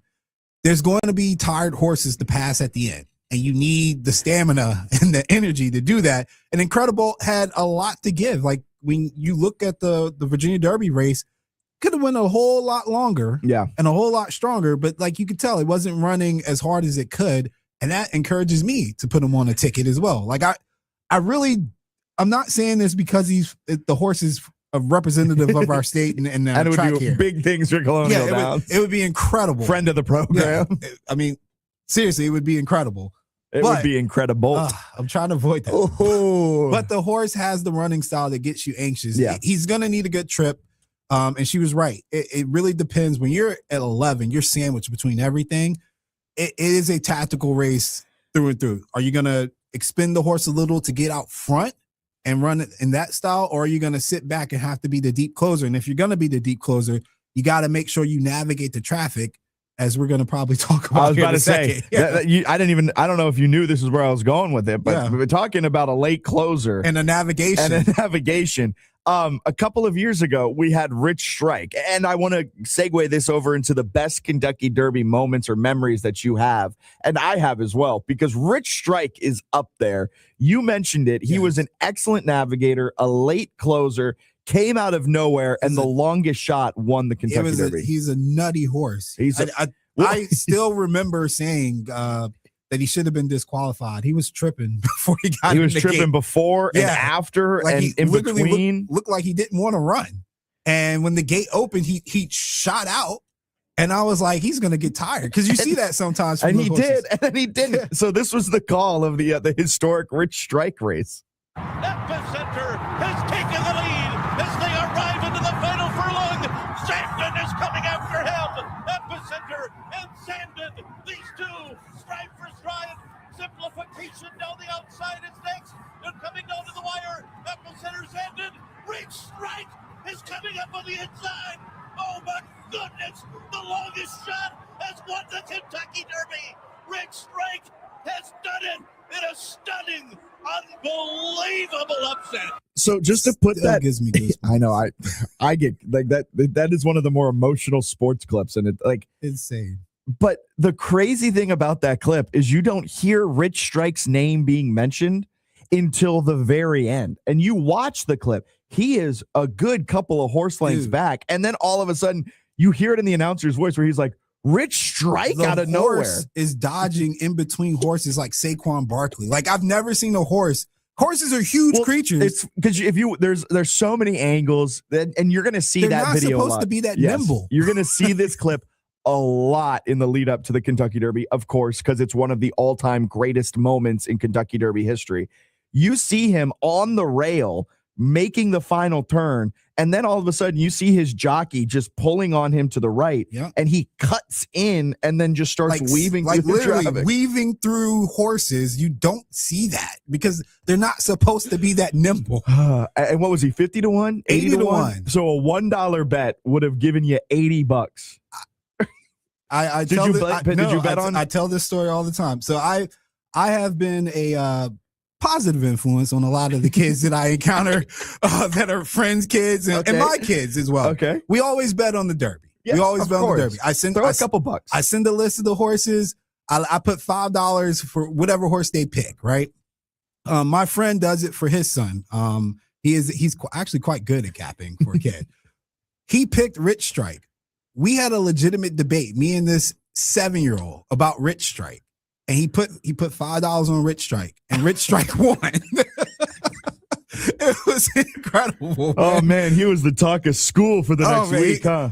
And it's just funny because obviously you're winning $400, and the kid's like, "Can we go to McDonald's?"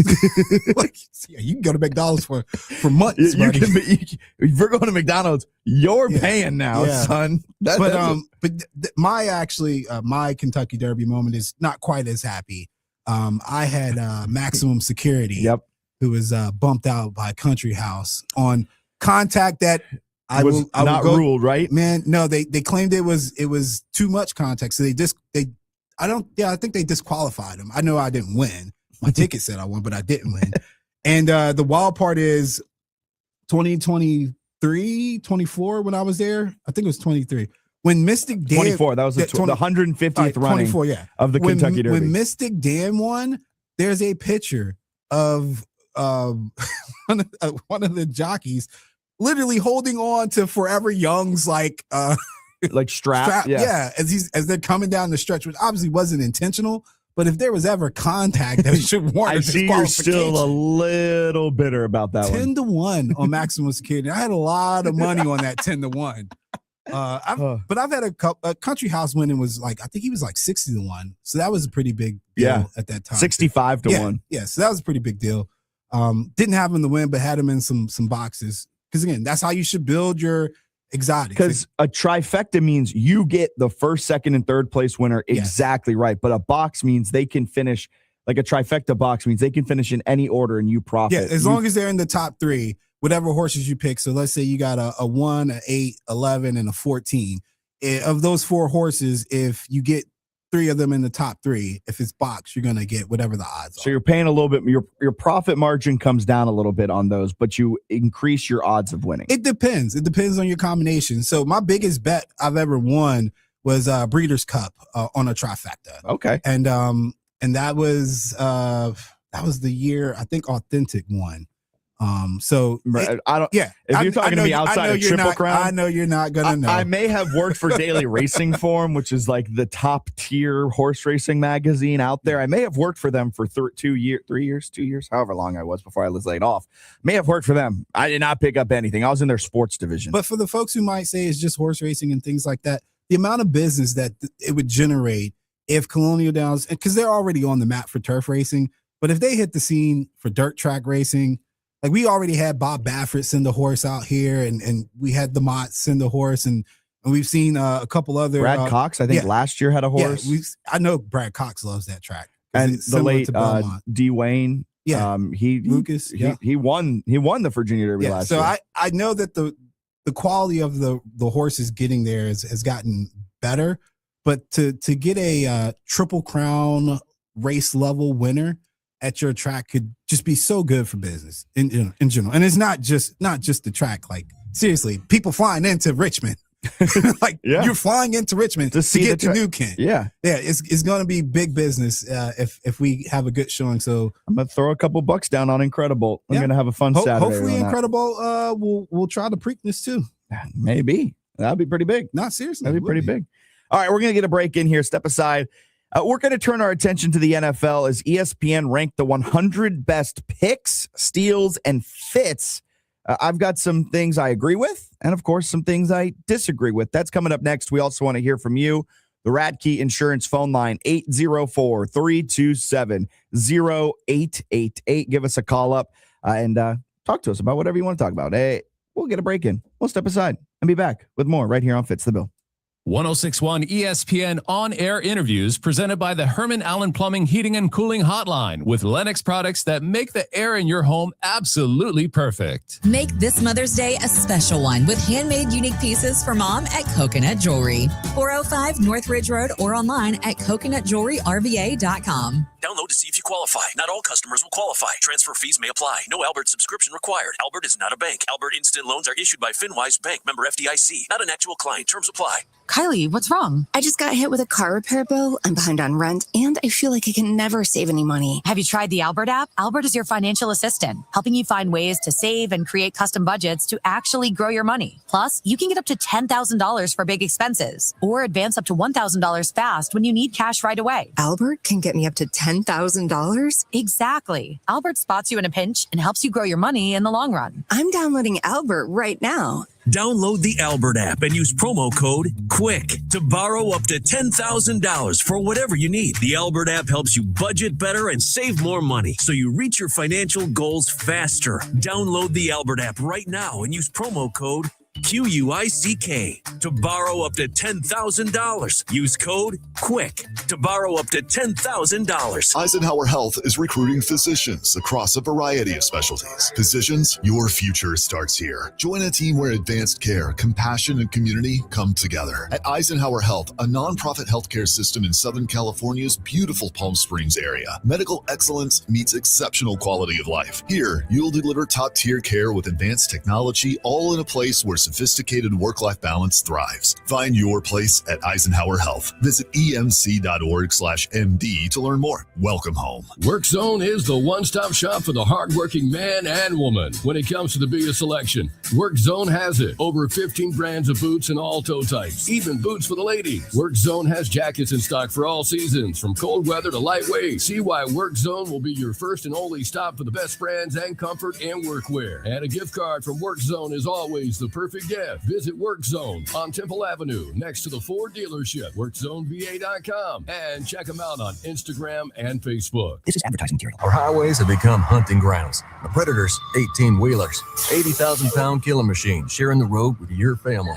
A semi-truck doesn't need to be speeding to destroy your life. At just 30 miles per hour, a fully loaded big rig can crush a car like a soda can. Your airbags, your seatbelts, they weren't built for that. Alexander Chenard Trial Attorneys knows trucking companies cut corners on maintenance, push drivers past legal limits, and hire underqualified operators. You shouldn't pay the price. If you've been injured in a trucking accident, call Alexander Chenard Trial Attorneys. You're not just fighting a driver, you're fighting billion-dollar corporations with an army of lawyers. Alexander Chenard Trial Attorneys have thrived over the years by taking on the trucking industry. They fight harder, they win bigger. Alexander Chenard Trial Attorneys is on your side. One call is all it takes. No cost, no risk. And they don't get paid until you do. Call 877-222-6666 or visit alexwins.law. They fight for you. Past results do not guarantee future outcomes. Every case is different. Philip George, licensed attorney in Virginia, is responsible for legal work. Office located at 500 East Main Street, Suite 1600-113, Norfolk, Virginia 23510. This is advertising material. Lake Lewis is part of Raisin Hill coverage, and every Tuesday he joins Fitz the Bill for insider reports, film breakdowns, and Commanders news. Only on your home for the NFL all season long. 106.1 ESPN Richmond. When to hold 'em, know when to fold 'em, know when to walk. I think I'm going to make a trifecta for the Kentucky Derby of all 20-1 odds. Good morning line. That'll be good. Actually made this for our friends out in Pittsburgh. You got to know when to hold them, know when to fold them. Are we talking? Know when to make a call. Are we talking about Pittsburgh? Or are we talking about? The Penguins. Of course, no, we're talking about. Or the are we Steelers. talking about the Steelers? Yeah, since we're talking about draft picks and top 100 picks. You're just trying to make me mad about them stringing along this Aaron Rodgers situation. No, not at all. People know how I feel after last offseason. Forget Aaron Rodgers. I had some people come up to me last offseason when I was railing against Aaron Rodgers, and they would tell me, take it a little easy on Aaron. And you know what I said to them? No. He's a millionaire. He's got more money than I'll ever have in my lifetime. He's a strange dude. He also invites it. So he loves it. He loves it. So I'm just feeding into the monster. Con he had a really bad draft. You mean Drew Aller didn't get your juices flowing? No. What about the fact that they were on the phone with Mekhi Lemon and then the Eagles scooped him? The Mekhi Lemon thing was bad. There's a conspiracy theory out there. Their first pick was a reach offensive lineman. Well, somebody said it was like when you forget it's your turn and it auto drafts. Yeah. It's actually very accurate. Have you heard the conspiracy theory about the Mekhi Lemon situation? No. So you know where Mike McCarthy was the coach previously in Dallas, and who traded out of that pick? Dallas. Yeah. There's a conspiracy theory that someone within the building of the Steelers accidentally leaked it to a former friend down in Dallas. Dallas was then notified, knew Philly wanted Mekhi Lemon, and so Dallas used that as leverage to call Philly and let them know, hey, you can come take our pick, and you can leapfrog the Steelers who are on the phone right now with Mekhi Lemon. Which, God, that is I think it's a conspiracy, but also it's not all that crazy, right? To say that a Steelers staffer on the Mike McCarthy staff still knows a Cowboys staffer who's a holdover and just like was texting or calling or something, was like, hey, we're about to get Mekhi. And then the Dallas guy was like, oh, what's that? I mean, that'd be a really lame thing to do to a friend, but all's fair in drafting and competing. Yeah. So they got Max Ihenachor, an offensive tackle out of Arizona State. He was like the sixth best tackle. Yes. I think. It was a reach. But they did need offensive line, but I didn't love it. They got Jeremy Bernard, a wide receiver out of Alabama. Fine. That was the 47th overall pick. Then with the 76th overall pick, their third selection in the draft, they got Drew Aller. They got Dalen Everett. Jennings Dunker is fun, the offensive lineman out of Iowa. Then they got another Iowa wide receiver. They got a fullback out of Indiana with their 5th round pick. Fullbacks were in the draft. Stop. That was so rude. We don't even use them anymore, unfortunately. They got a defensive tackle, a safety, and then a running back. Quick? How many teams are using a fullback? How many teams in the NFL? There's 32 teams. Name me 7 that use a fullback. The Seahawks use a fullback. 3 of them are in the NFC West. Yeah. Yes. The 49ers. Seahawks, the Niners, and the Rams would probably be the 3. Yeah, that's what I'm saying. Like, you're drafting a fullback. Come on, man. Yeah, so the Steelers, they not knocking the position. I respect them by all means, but dude. Also, not to before we dive into what ESPN says was the 100 best picks, the Drew Aller selection also, and you're going to disagree with me on this, and I'm fully prepared for that. You could have been better off if you were the Los Angeles Rams, taking Mekhi Lemon, taking Reuben Bain, taking really whoever could make an impact this season on your team. You would have been better off drafting them with your 1st round draft pick and then coming around in the 3rd round and taking Drew Aller. Drew Aller is who you want sitting on your bench for multiple seasons behind a future Hall of Famer, right? Drew Aller, the reason why he was loved at Penn State wasn't because of what he was doing on the field. It's because the dude's got a cannon for an arm. He's got all the tools. He has plus side athleticism. Out of all the quarterbacks in this year's draft, he probably has the highest ceiling. Now, don't ask me about his floor because he's got some of the worst footwork out of all the quarterbacks. He's fine processing. He doesn't have the highest football IQ. He leaves a lot to be desired there, but that's what you keep him on the bench for multiple years. The quarterbacks that have succeeded as a project, Pat Mahomes, Jordan Love, the 2 in most recent memory, why did they work? Because they had extremely high upside. They had a ton of talent. They just needed to put a couple of things together while they were sitting. You could have made out like a bandit if you took Mekhi Lemon to get your wide receiver 3 in the 1st round, and then you took Drew Aller in the 3rd. That's just how I see it. Yeah, please, everybody, disregard what he just said. Don't call the FCC for that nonsense. Drew Aller shouldn't even be in the draft, man. Shouldn't even be in the draft. I knew you disagree with entire it. So you're QB telling class me is terrible. You're telling me I'm giving you these 2 options. Give me the QB with the cyst on his spine. Garrett Nussmeier. Seriously. The Garrett Nussmeier is also a low upside quarterback. Yeah, he is. I'm just saying Drew Aller's got the most upside. I don't think Drew Aller has the most upside because Drew Aller has never performed good or great in any big time moments at Penn State. Like there is coach was James Franklin. Yeah, it doesn't matter. There is something fundamentally wrong with Drew Aller and his approach to the QB position. I know I agree with you on the potential being there, but I've never seen him even scratch the surface. Like he's built like what you want a quarterback to be built like. And he's got the traits you want, and you give him to Sean McVay. My major point is, I'm going to give you a name of somebody else who was like that. Ryan Mallett. Sure. You remember him? Yeah. Because he didn't make it. South Carolina, right? No, he was Arkansas. Yeah. He was beat out by, I want to say Tannehill, I think. Ooh. Look, all I'm saying here is if you were so dead set on taking a quarterback, you could have taken Drew Aller in the 3rd round. There's more upside there than Ty Simpson. That's my major point. Mekhi Lemon and Drew Aller sounds a lot better than Ty Simpson. For the system of McVay, though, I think Simpson would be a better fit. I don't know. Simpson plays within the bounds, the constraints of an offense, and Stafford at least has a little free will. I just do not like the Ty Simpson pick. That's where it is. It wasn't even ranked in the top 100 best picks by ESPN. The number 1 pick, according to ESPN, was Caleb Downs. Caleb Downs was number 1, and I agree with that 1,000,000%. Caleb Downs is a fantastic Just remember, I love Sonny Boom Boom, but everybody needs to remember I wanted and said they needed Caleb Downs. So that's going to be a fascinating thing to see play out over the next decade in the NFC East. You know how good you have to be to get drafted and then the opposing receiver starts crying about it? Yeah, Malik Neighbors was not happy. Malik Neighbors embarrassed the Giants himself and every professional player. But that's going to be such a fun discussion over the next decade. Should they have taken Sonny? Should they have taken Caleb? I'll defend you, Sonny. I think Sonny Styles is fantastic because in a Dan Quinn defense, you need that middle linebacker. Yeah. You need that just captain but of the defense. It's not a Dan Quinn defense. It's a Brian Flores defense, and you really could use an all-around safety. I'm going to go out on a limb, and I'm going to say Durante Jones bringing from the Flores tree and Dan Quinn, they're going to mesh together and create the Juarez. That's going to be, I like that, Juarez. The Juarez defense. That's going to be crazy. All right, we're going to go out to the phone lines here. We've got Bruce on line one. Good morning, Bruce. How are we doing on this Thursday?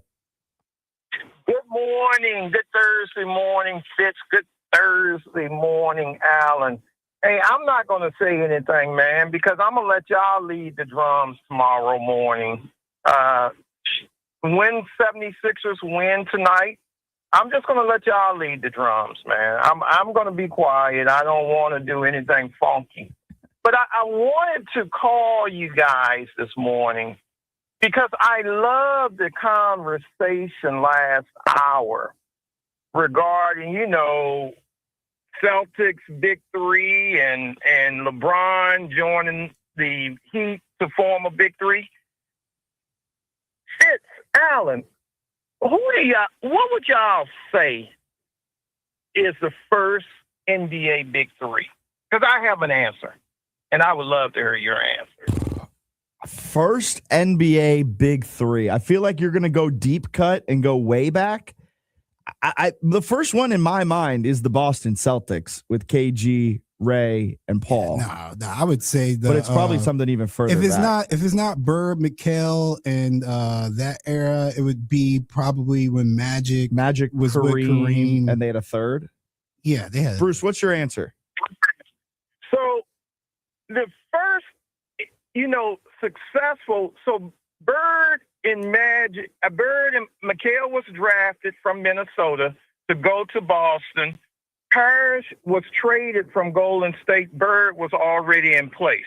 But the first go out and get us someone to help us win a chip was actually the 1982 Philadelphia 76ers with Julius Erving, Darryl Dawkins, Mo Cheeks, Andrew Toney. It was really Julius Erving, Andrew Toney, and they went and got a kid from Petersburg, Virginia, Moses Eugene Malone, to submit that big three in the summer of 1982. And he made the statement then, fo, fo, fo. Many people believe that statement was made before the playoff series started. Of course, they lost one game to the Bucks. But many people, that statement was made in July of 1982 at the time the trade was made from Houston to Philadelphia. That was really the first putting together a big three. There have been several. Detroit Pistons did it with the trade of Adrian Dantley to go out and get Mark Aguirre. But there have been several. Houston did it, bringing in Pippen and Barkley. There have been several guys in the NBA. But the first successful big three move was going to get Moses Malone. All right. I got a little NBA history fact there. Appreciate that one, Bruce. No doubt. Interesting. Appreciate you calling in on this Thursday morning as well. Have a great rest of your day. And I always learn something new when it comes to Bruce calling in. That is an interesting one. Yeah, it's cool and all, but the 76ers are still going to get smoked. There it is. There it is. I hate that I always say that after he gets off. I'm not coming at you, Bruce. I would have said it while you were talking, but I didn't want to interrupt you. With Boston has been the best team this year coming off of a loss. Yeah, it's such highest margin of victory. A glaring betting trend. Although they have the second best record against the spread, but they've got the best margin of victory coming off of a loss. They've got the best margin over the spread coming off of a loss. Philly, hold on. Just hold on. We're coming home. They're going home. Now, I actually would love to see the 76ers defy logic and win this series, but no, I can't. Out of everyone trailing 3-2, here's a fun question. Yes, we'll get this question. We'll then head on to a break, and we'll keep reacting to the top 100 picks of the NFL draft, as said by ESPN. So right now, we've got a ton of 3-2s, of course, but this is a lot of 3-2s. Lakers, Rockets, Nuggets, Timberwolves, Cavs, Raps, Knicks, Hawks, Celtics, Sixers, Pistons, Magic. Out of all of those, who do you have as the most likely team down 3-2 to come back and win?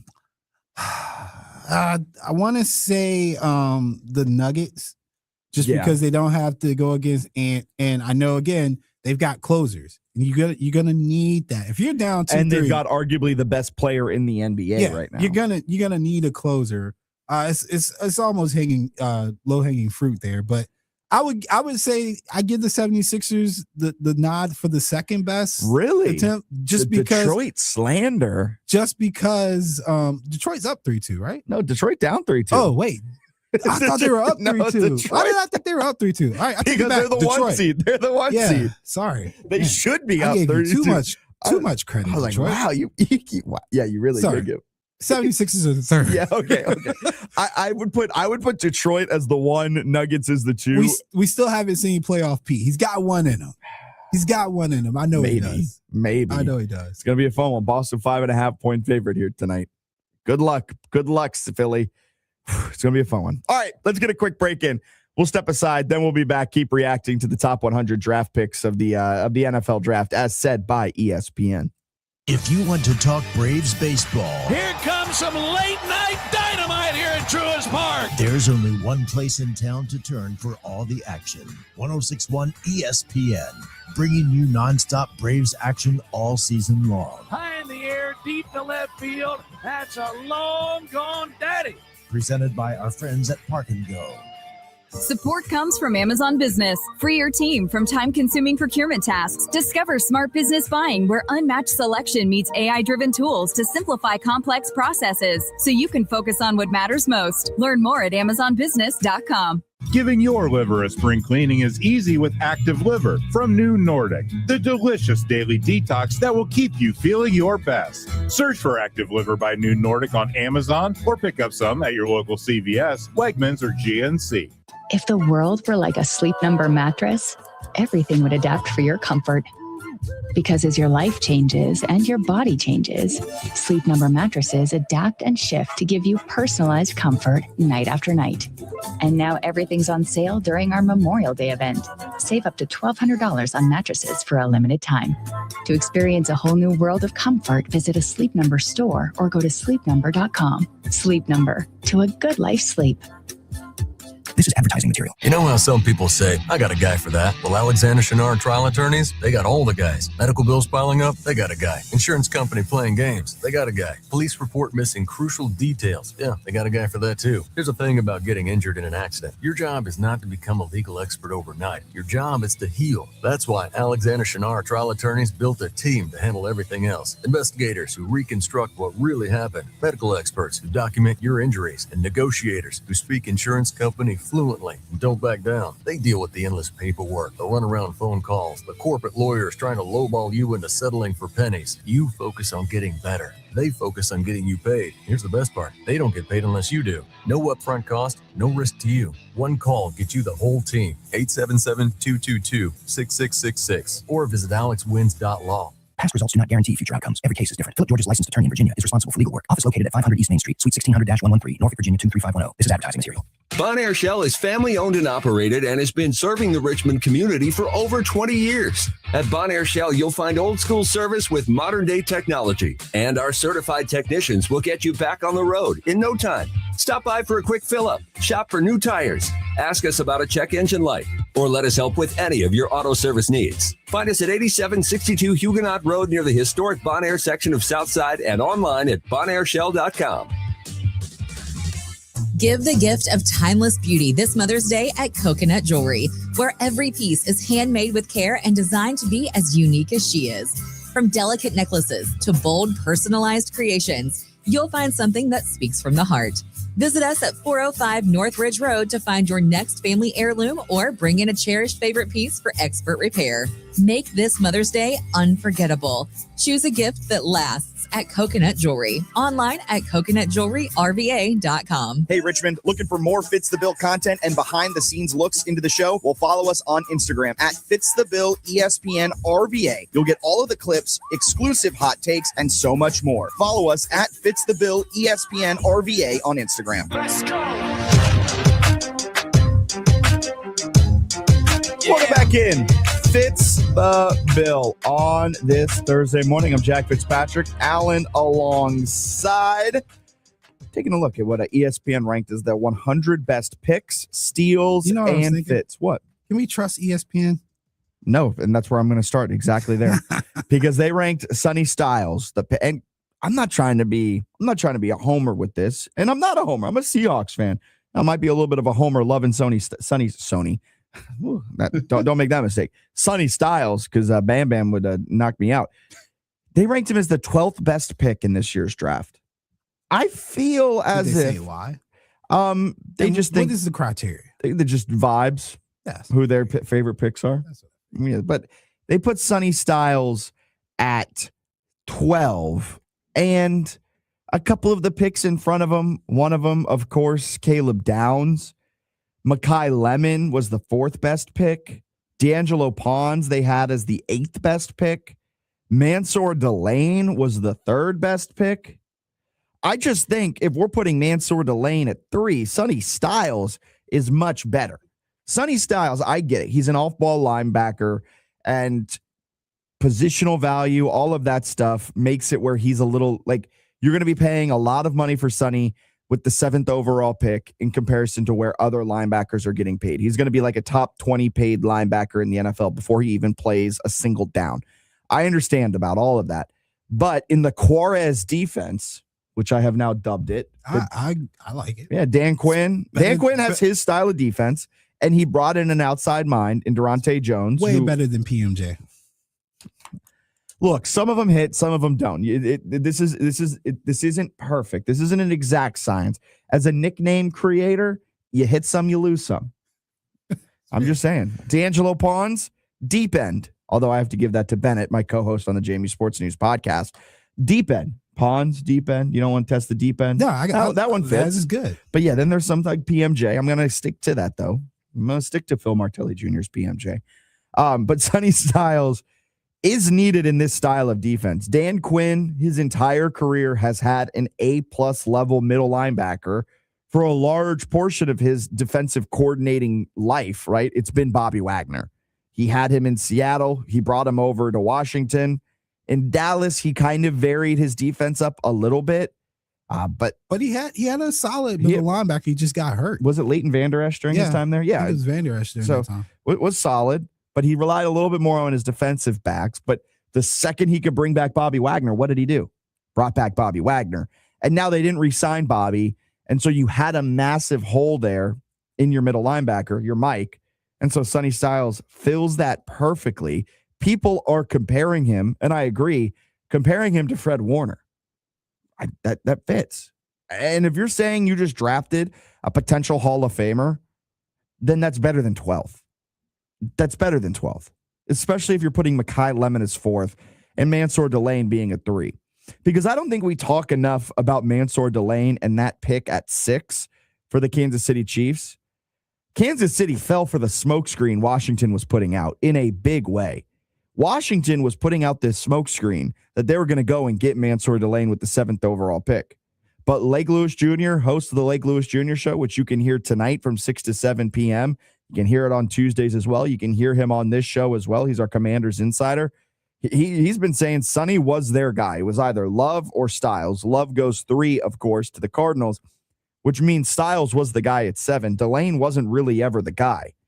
And Kansas fell for that. Kansas City fell for that, tried to jump him. They gave up a lot of capital to move up and take Mansour Delane when you could have just kept Trent McDuffie instead of trading him away this offseason. Yeah. Awful time to clear my throat. I look at it like this. The Chiefs could have very well been in the same position as the Steelers, and the Cowboys could have very well been in the same position as the Steelers. There's movers and shakers. You need to be a mover when you're in the draft. Whether you think they got set up by the Commanders or not, it is not worth the risk to gamble like that if you think this is your guy, right?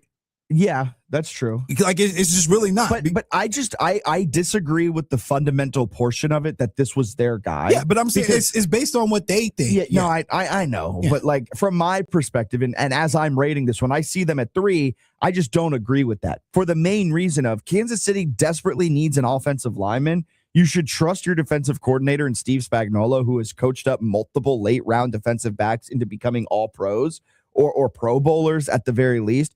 Trust your guy to do that and stay at 6. Don't give up the draft cap. So good though. don't move. Well, and McDuffie was the tail end of the first type of draft pick. Yeah. Like you didn't need to move up to 6, give up future draft capital and draft capital later on in this draft to move up the 3 spots, because you could have stuck at 9 and you could have taken a very good offensive lineman. Didn't they still pick twice in the first? Yeah, they did. Yeah. Because So- they had the So Rams pick. I don't think it was. I think if it was any other way, I'd be more upset. I wouldn't have traded up for a cornerback, but I also loved Mansour. Hard to say what I would have done if I was in the war room and somebody gave me the phone and told me I had 8 minutes. Hurry up. It is crazy, though. It is crazy that ESPN ranked that as the 3rd best draft What's pick. crazy is that ESPN put Jermod McCoy as the 2nd best pick, and then stated in there that following a January 2025 ACL tear might need to be redone, and then said, if he's healthy, it's the weekend's biggest steal. Man, this is when you say top 100 draft picks, there should be no ifs. Healthy. I agree. In your number 2 spot. I loved this pick. I love it too, but but it's not the 2nd best pick. if you're taking a risk like that, come on, man. I also love, we go Mekhi Lemon is the 4th best pick of this draft. Omar Cooper Jr. is the 5th best pick of this draft. Maybe this is my own bias coming through again. I didn't have Omar Cooper as the best Indiana wide receiver. I think Elijah Surratt was a better wide receiver than Omar Cooper Jr. I think what hurt Surratt is that he's not twitchy. No, but he catches everything. Yeah, he is a vacuum, and he's got clutch. He's got strong hands, and if you throw it in his vicinity, you can depend on him 1,000%. I also think there was laziness when it came to Elijah Surratt film watching, because a lot of people point to the fact that Indiana, they're like, he caught everything, but the passes were so accurate from Fernando Mendoza. And it's like, go back to his JMU tape. I like Jordan McLeod as a quarterback. We're penalizing receivers because their quarterback throws it accurately. Jordan McLeod was not an accurate quarterback 100% of the time. And what did Surratt do? Not drop the football. Wasn't accurate 60%. Like, goodness gracious. And they're like, well, and he's just like, okay, so you clearly did not go back 3 years ago to his JMU tape when he was the greatest wide receiver in the Sun Belt. I would have dinged him just because in today's game, I need to see some yak. I need to see. Yeah, he doesn't really get that. Yeah, I need to see the ability after you get the ball in your hands. Cooper showed that a lot. I will say, scheme wise, it definitely helped being in the RPO and catching and being that option. That's really what Cooper was. So yeah, I would imagine he looks better in that aspect. But you're right, there is some laziness in that because Surratt was a really good receiver. I don't mind him in Baltimore. I think he'll be great for Lamar. Yes. A great safety valve. Yes, he's going to be electric. People were comparing him to Isaiah Likely, like filling that type of role, which I can see, right? Because Isaiah Likely was a highly athletic tight end who caught everything. Elijah He's not Surratt, that big, is he? He's like 6'3". How much he weigh? Don't get me called. I feel like I always thought Likely had a little bit of size to him. He does. I'm not saying it's like a complete 1-to-1. But like the safety valve, 210, 6'2", 210. If you can get him, I'm not saying it's a bad thing, but if you can get him looking more at the receivers for the safety valve rather than Mark Andrews and whatever tight end they've got, I think it would be better for their big playability. Commanders got a good grade on the Katron Allen pick as well. He snuck into the top 100, 96th best pick. I think that's a fantastic pick. Fat Man. Have you seen that quote of his? No. Oh, he's got a nickname too. They call him Fat Man? I actually like that. You know why Sonny Styles is called Sonny Styles too? Why? His name is not Sonny, but rather he had a temper growing up. And so they nicknamed him Sonny, like the character from The Godfather. So that's who your middle linebacker is. And that's why I call him Boom Boom. Nicknamed after a I like aggressive Godfather. I was gonna say because Sonny is an old school name. And when I heard Sonny, I think Sonny Liston, man. Yeah. Like you got the hammers on the end of your hands, so that's cool. So Katron Allen got the nickname Fat Man, and his quote about it was he's built like a block. His quote was, "That's my nickname my mom gave me. I was a fat baby, and everybody in the town called me Fat Man. And I keep it going in Washington. They call me Fat Man, and when I score, all you hear is Fat Man." I love that. That's awesome. That's so you got Bill Krosky Merritt, who's nicknamed after Little Bill. I mean, I had a friend growing up. We called him Fats. I know we had a basketball player around that was called Fats too, and he wasn't fat at all. Well, apparently Katron was fat. not so much fat anymore, but he snuck in 96th best pick. I think he's gonna make the roster. He's gonna be RB2. I think he doesn't have like the breakaway speed, but he's got really good vision. He's a very solid back. It's like what Lake was saying too. He has limited competition for his style of running, his running style. And I think that's the appeal for the Commanders. Like they need a bruiser. They need an enforcer. They need somebody that's going to set the tone when they do get those 31s and 4th and 2s. And you don't want it to be Jalen anymore. No. You don't want any more read options any more hits and things like that. No, you want it, put it in the running back stomach and let it go, man. Like don't mess around with your quarterback anymore. You cannot afford him getting hurt. Yeah.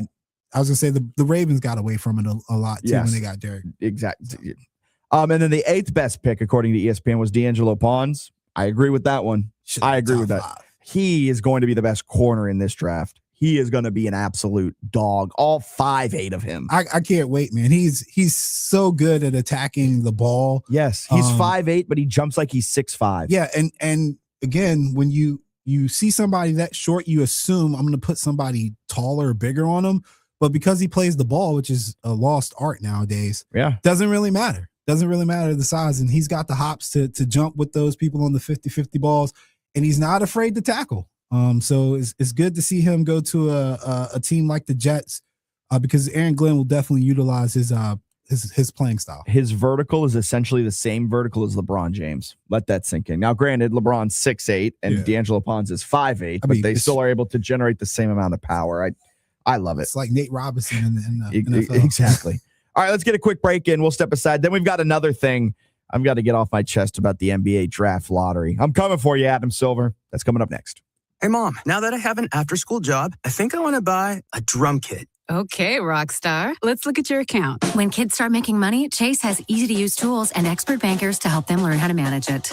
And next month, I'll buy the bass drum and the cymbals. Oh, and maybe some noise-canceling headphones for you. Aw, you've thought of everything. Help kids save, budget, and build financial independence, all with Chase. That's good for kids and good for parents. Visit your local Chase branch and get started. Account subject to approval. JP Morgan Chase Bank, N.A. member FDIC.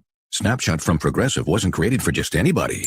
Oh no, we made it for you. Smooth accelerators. When that light turns green, you're off. Like a warm knife through firm butter. Going from 0 to the speed limit in an appropriate amount of time. Sure, your car has horsepower, but your horses prance around as silky smooth as your right foot.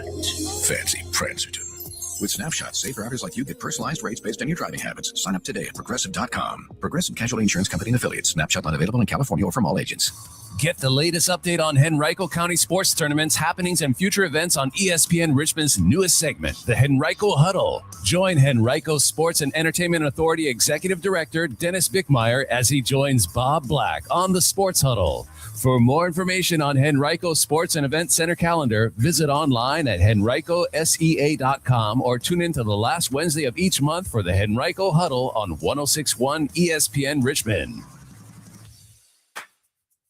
Thinking about starting weight loss treatment? GoodRx is here to help.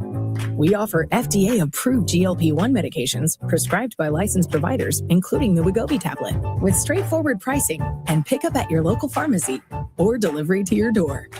All from America's #1 prescription app. Go to GoodRx.com/weight loss to get started. GoodRx is not insurance. Cancel anytime. #1 prescription app ranked by a third-party study. Support comes from Amazon Business. You can't rely on guesswork to run your business. With Smart Business Buying, innovative AI tools optimize your purchasing experience, paired with delivery options built for business. Empower your team today. Learn more at AmazonBusiness.com. Giving your liver a spring cleaning is easy with Active Liver from New Nordic, the delicious daily detox that will keep you feeling your best. Search for Active Liver by New Nordic on Amazon or pick up some at your local CVS, Wegmans, or GNC. Where did she get that thing she got? What? Coconut Jewelry's got a lot of what you're looking for in a jewelry store. Coconut's got much more. Make this Mother's Day a special one with handmade unique pieces for mom at Coconut Jewelry. 405 North Ridge Road or online at coconutjewelryrva.com. Coconut jewelry, they got it at Coconut Jewelry. This is advertising material. Social media platforms are neutral. They're engineered to be addictive. If your child has suffered anxiety, depression, self-harm, eating disorders, or suicide attempts linked to Instagram, TikTok, Facebook, or Snapchat, you have legal options. Internal documents prove these companies knew their algorithms harm young users, especially teenage girls, but chose profits over safety. Alexander Chenard Trial Attorneys is fighting back. Call now for a confidential free consultation. 659-7777 or alexwins.law. You pay nothing unless they win. That's resulting in future outcomes. Every case is different. Phil George is licensed attorney in Virginia. Responsible for legal work. Office is located at 500 East Main Street, Suite 1600-113, Norfolk, Virginia, 23510. Hey, Richmond, this is Joe Simpson. There's only one place in the 804 to stay up to date on all things Atlanta Braves, and that's 106.1 ESPN.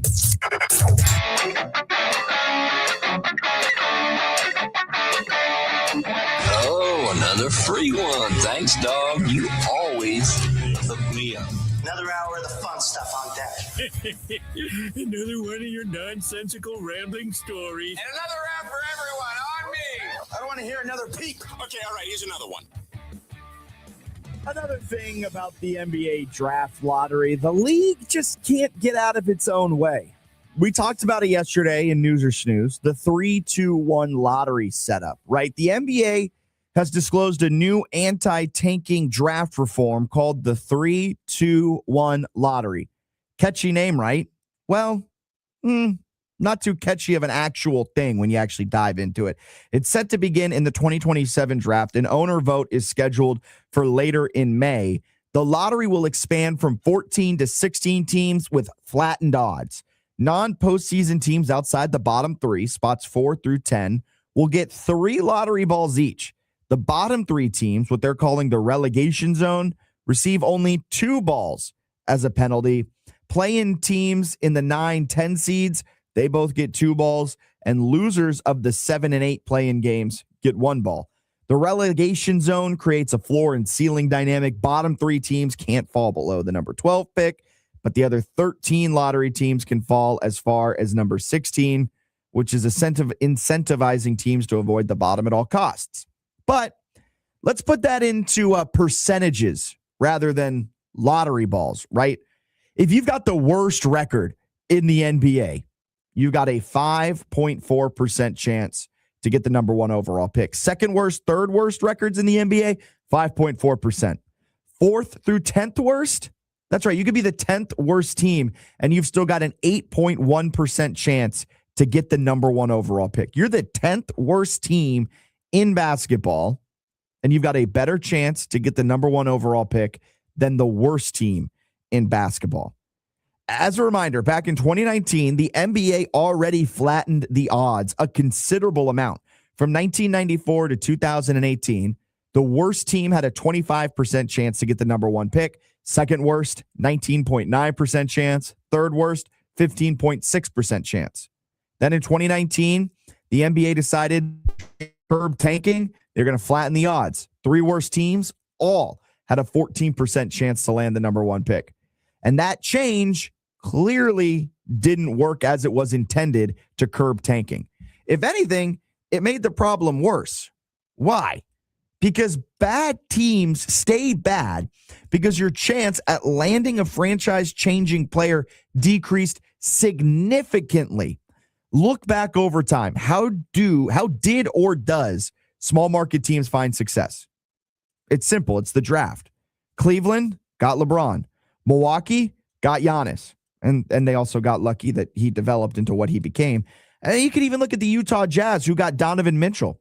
Now the NBA is making it even more unlikely for the worst teams to get better through the draft. And it's going to punish the repeatedly bad teams. Because with the whole new no team can win the number 1 pick in back-to-back years and no team can win 3 consecutive top 5 picks, that rule would have prevented the Spurs, who got Wemby, Castle, and Harper, would have prevented the Pistons from getting Cade Cunningham, Jaden Ivey, Ozzer Thompson, and Holland, Cavs, Mobley, Garland, Okoro, Rockets, Green, Jabari Smith Jr., Amen Thompson, Reed Shepard. I mean, now not all of those guys have succeeded on their current teams, but all of which have been key pieces in how those teams got to where they are today. And I think what the NBA is missing is teams do not want to tank.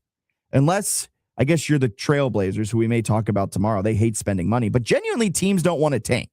The Wizards, Jazz, Kings, Nets, they're the teams tanking right now. But what do they have in common? They're undesirable locations for free agents to come to. Washington has tried and continually failed at landing big-name stars. The Nets are the third-rate team in their own city, second-rate team in their own arena. Knicks, Liberty in the WNBA, then the Nets. They're tanking so they can have a possibility of landing a franchise-changing player that can change their outcome. The revised draft lottery is just an example of the commissioner falling from the good graces, and he has seemingly lost touch with his fans and the league. I hate, if you couldn't tell, I do not like this new NBA draft lottery. I think it's going to make the situation exponentially worse. All right, that'll do it for Fitz the Bill on this Thursday. We're back live and local starting at 4 p.m. with the new Sports Huddle with Bob and Matt. Then it's the Lake Lewis Jr. show from 6 to 7 p.m. And we've got Braves baseball today, 12:15 first pitch, 12:15. So a nice little mid-afternoon action for you. Keep it locked right here where we are where Richmond talks sports. Your home for Richmond Spiders athletics all year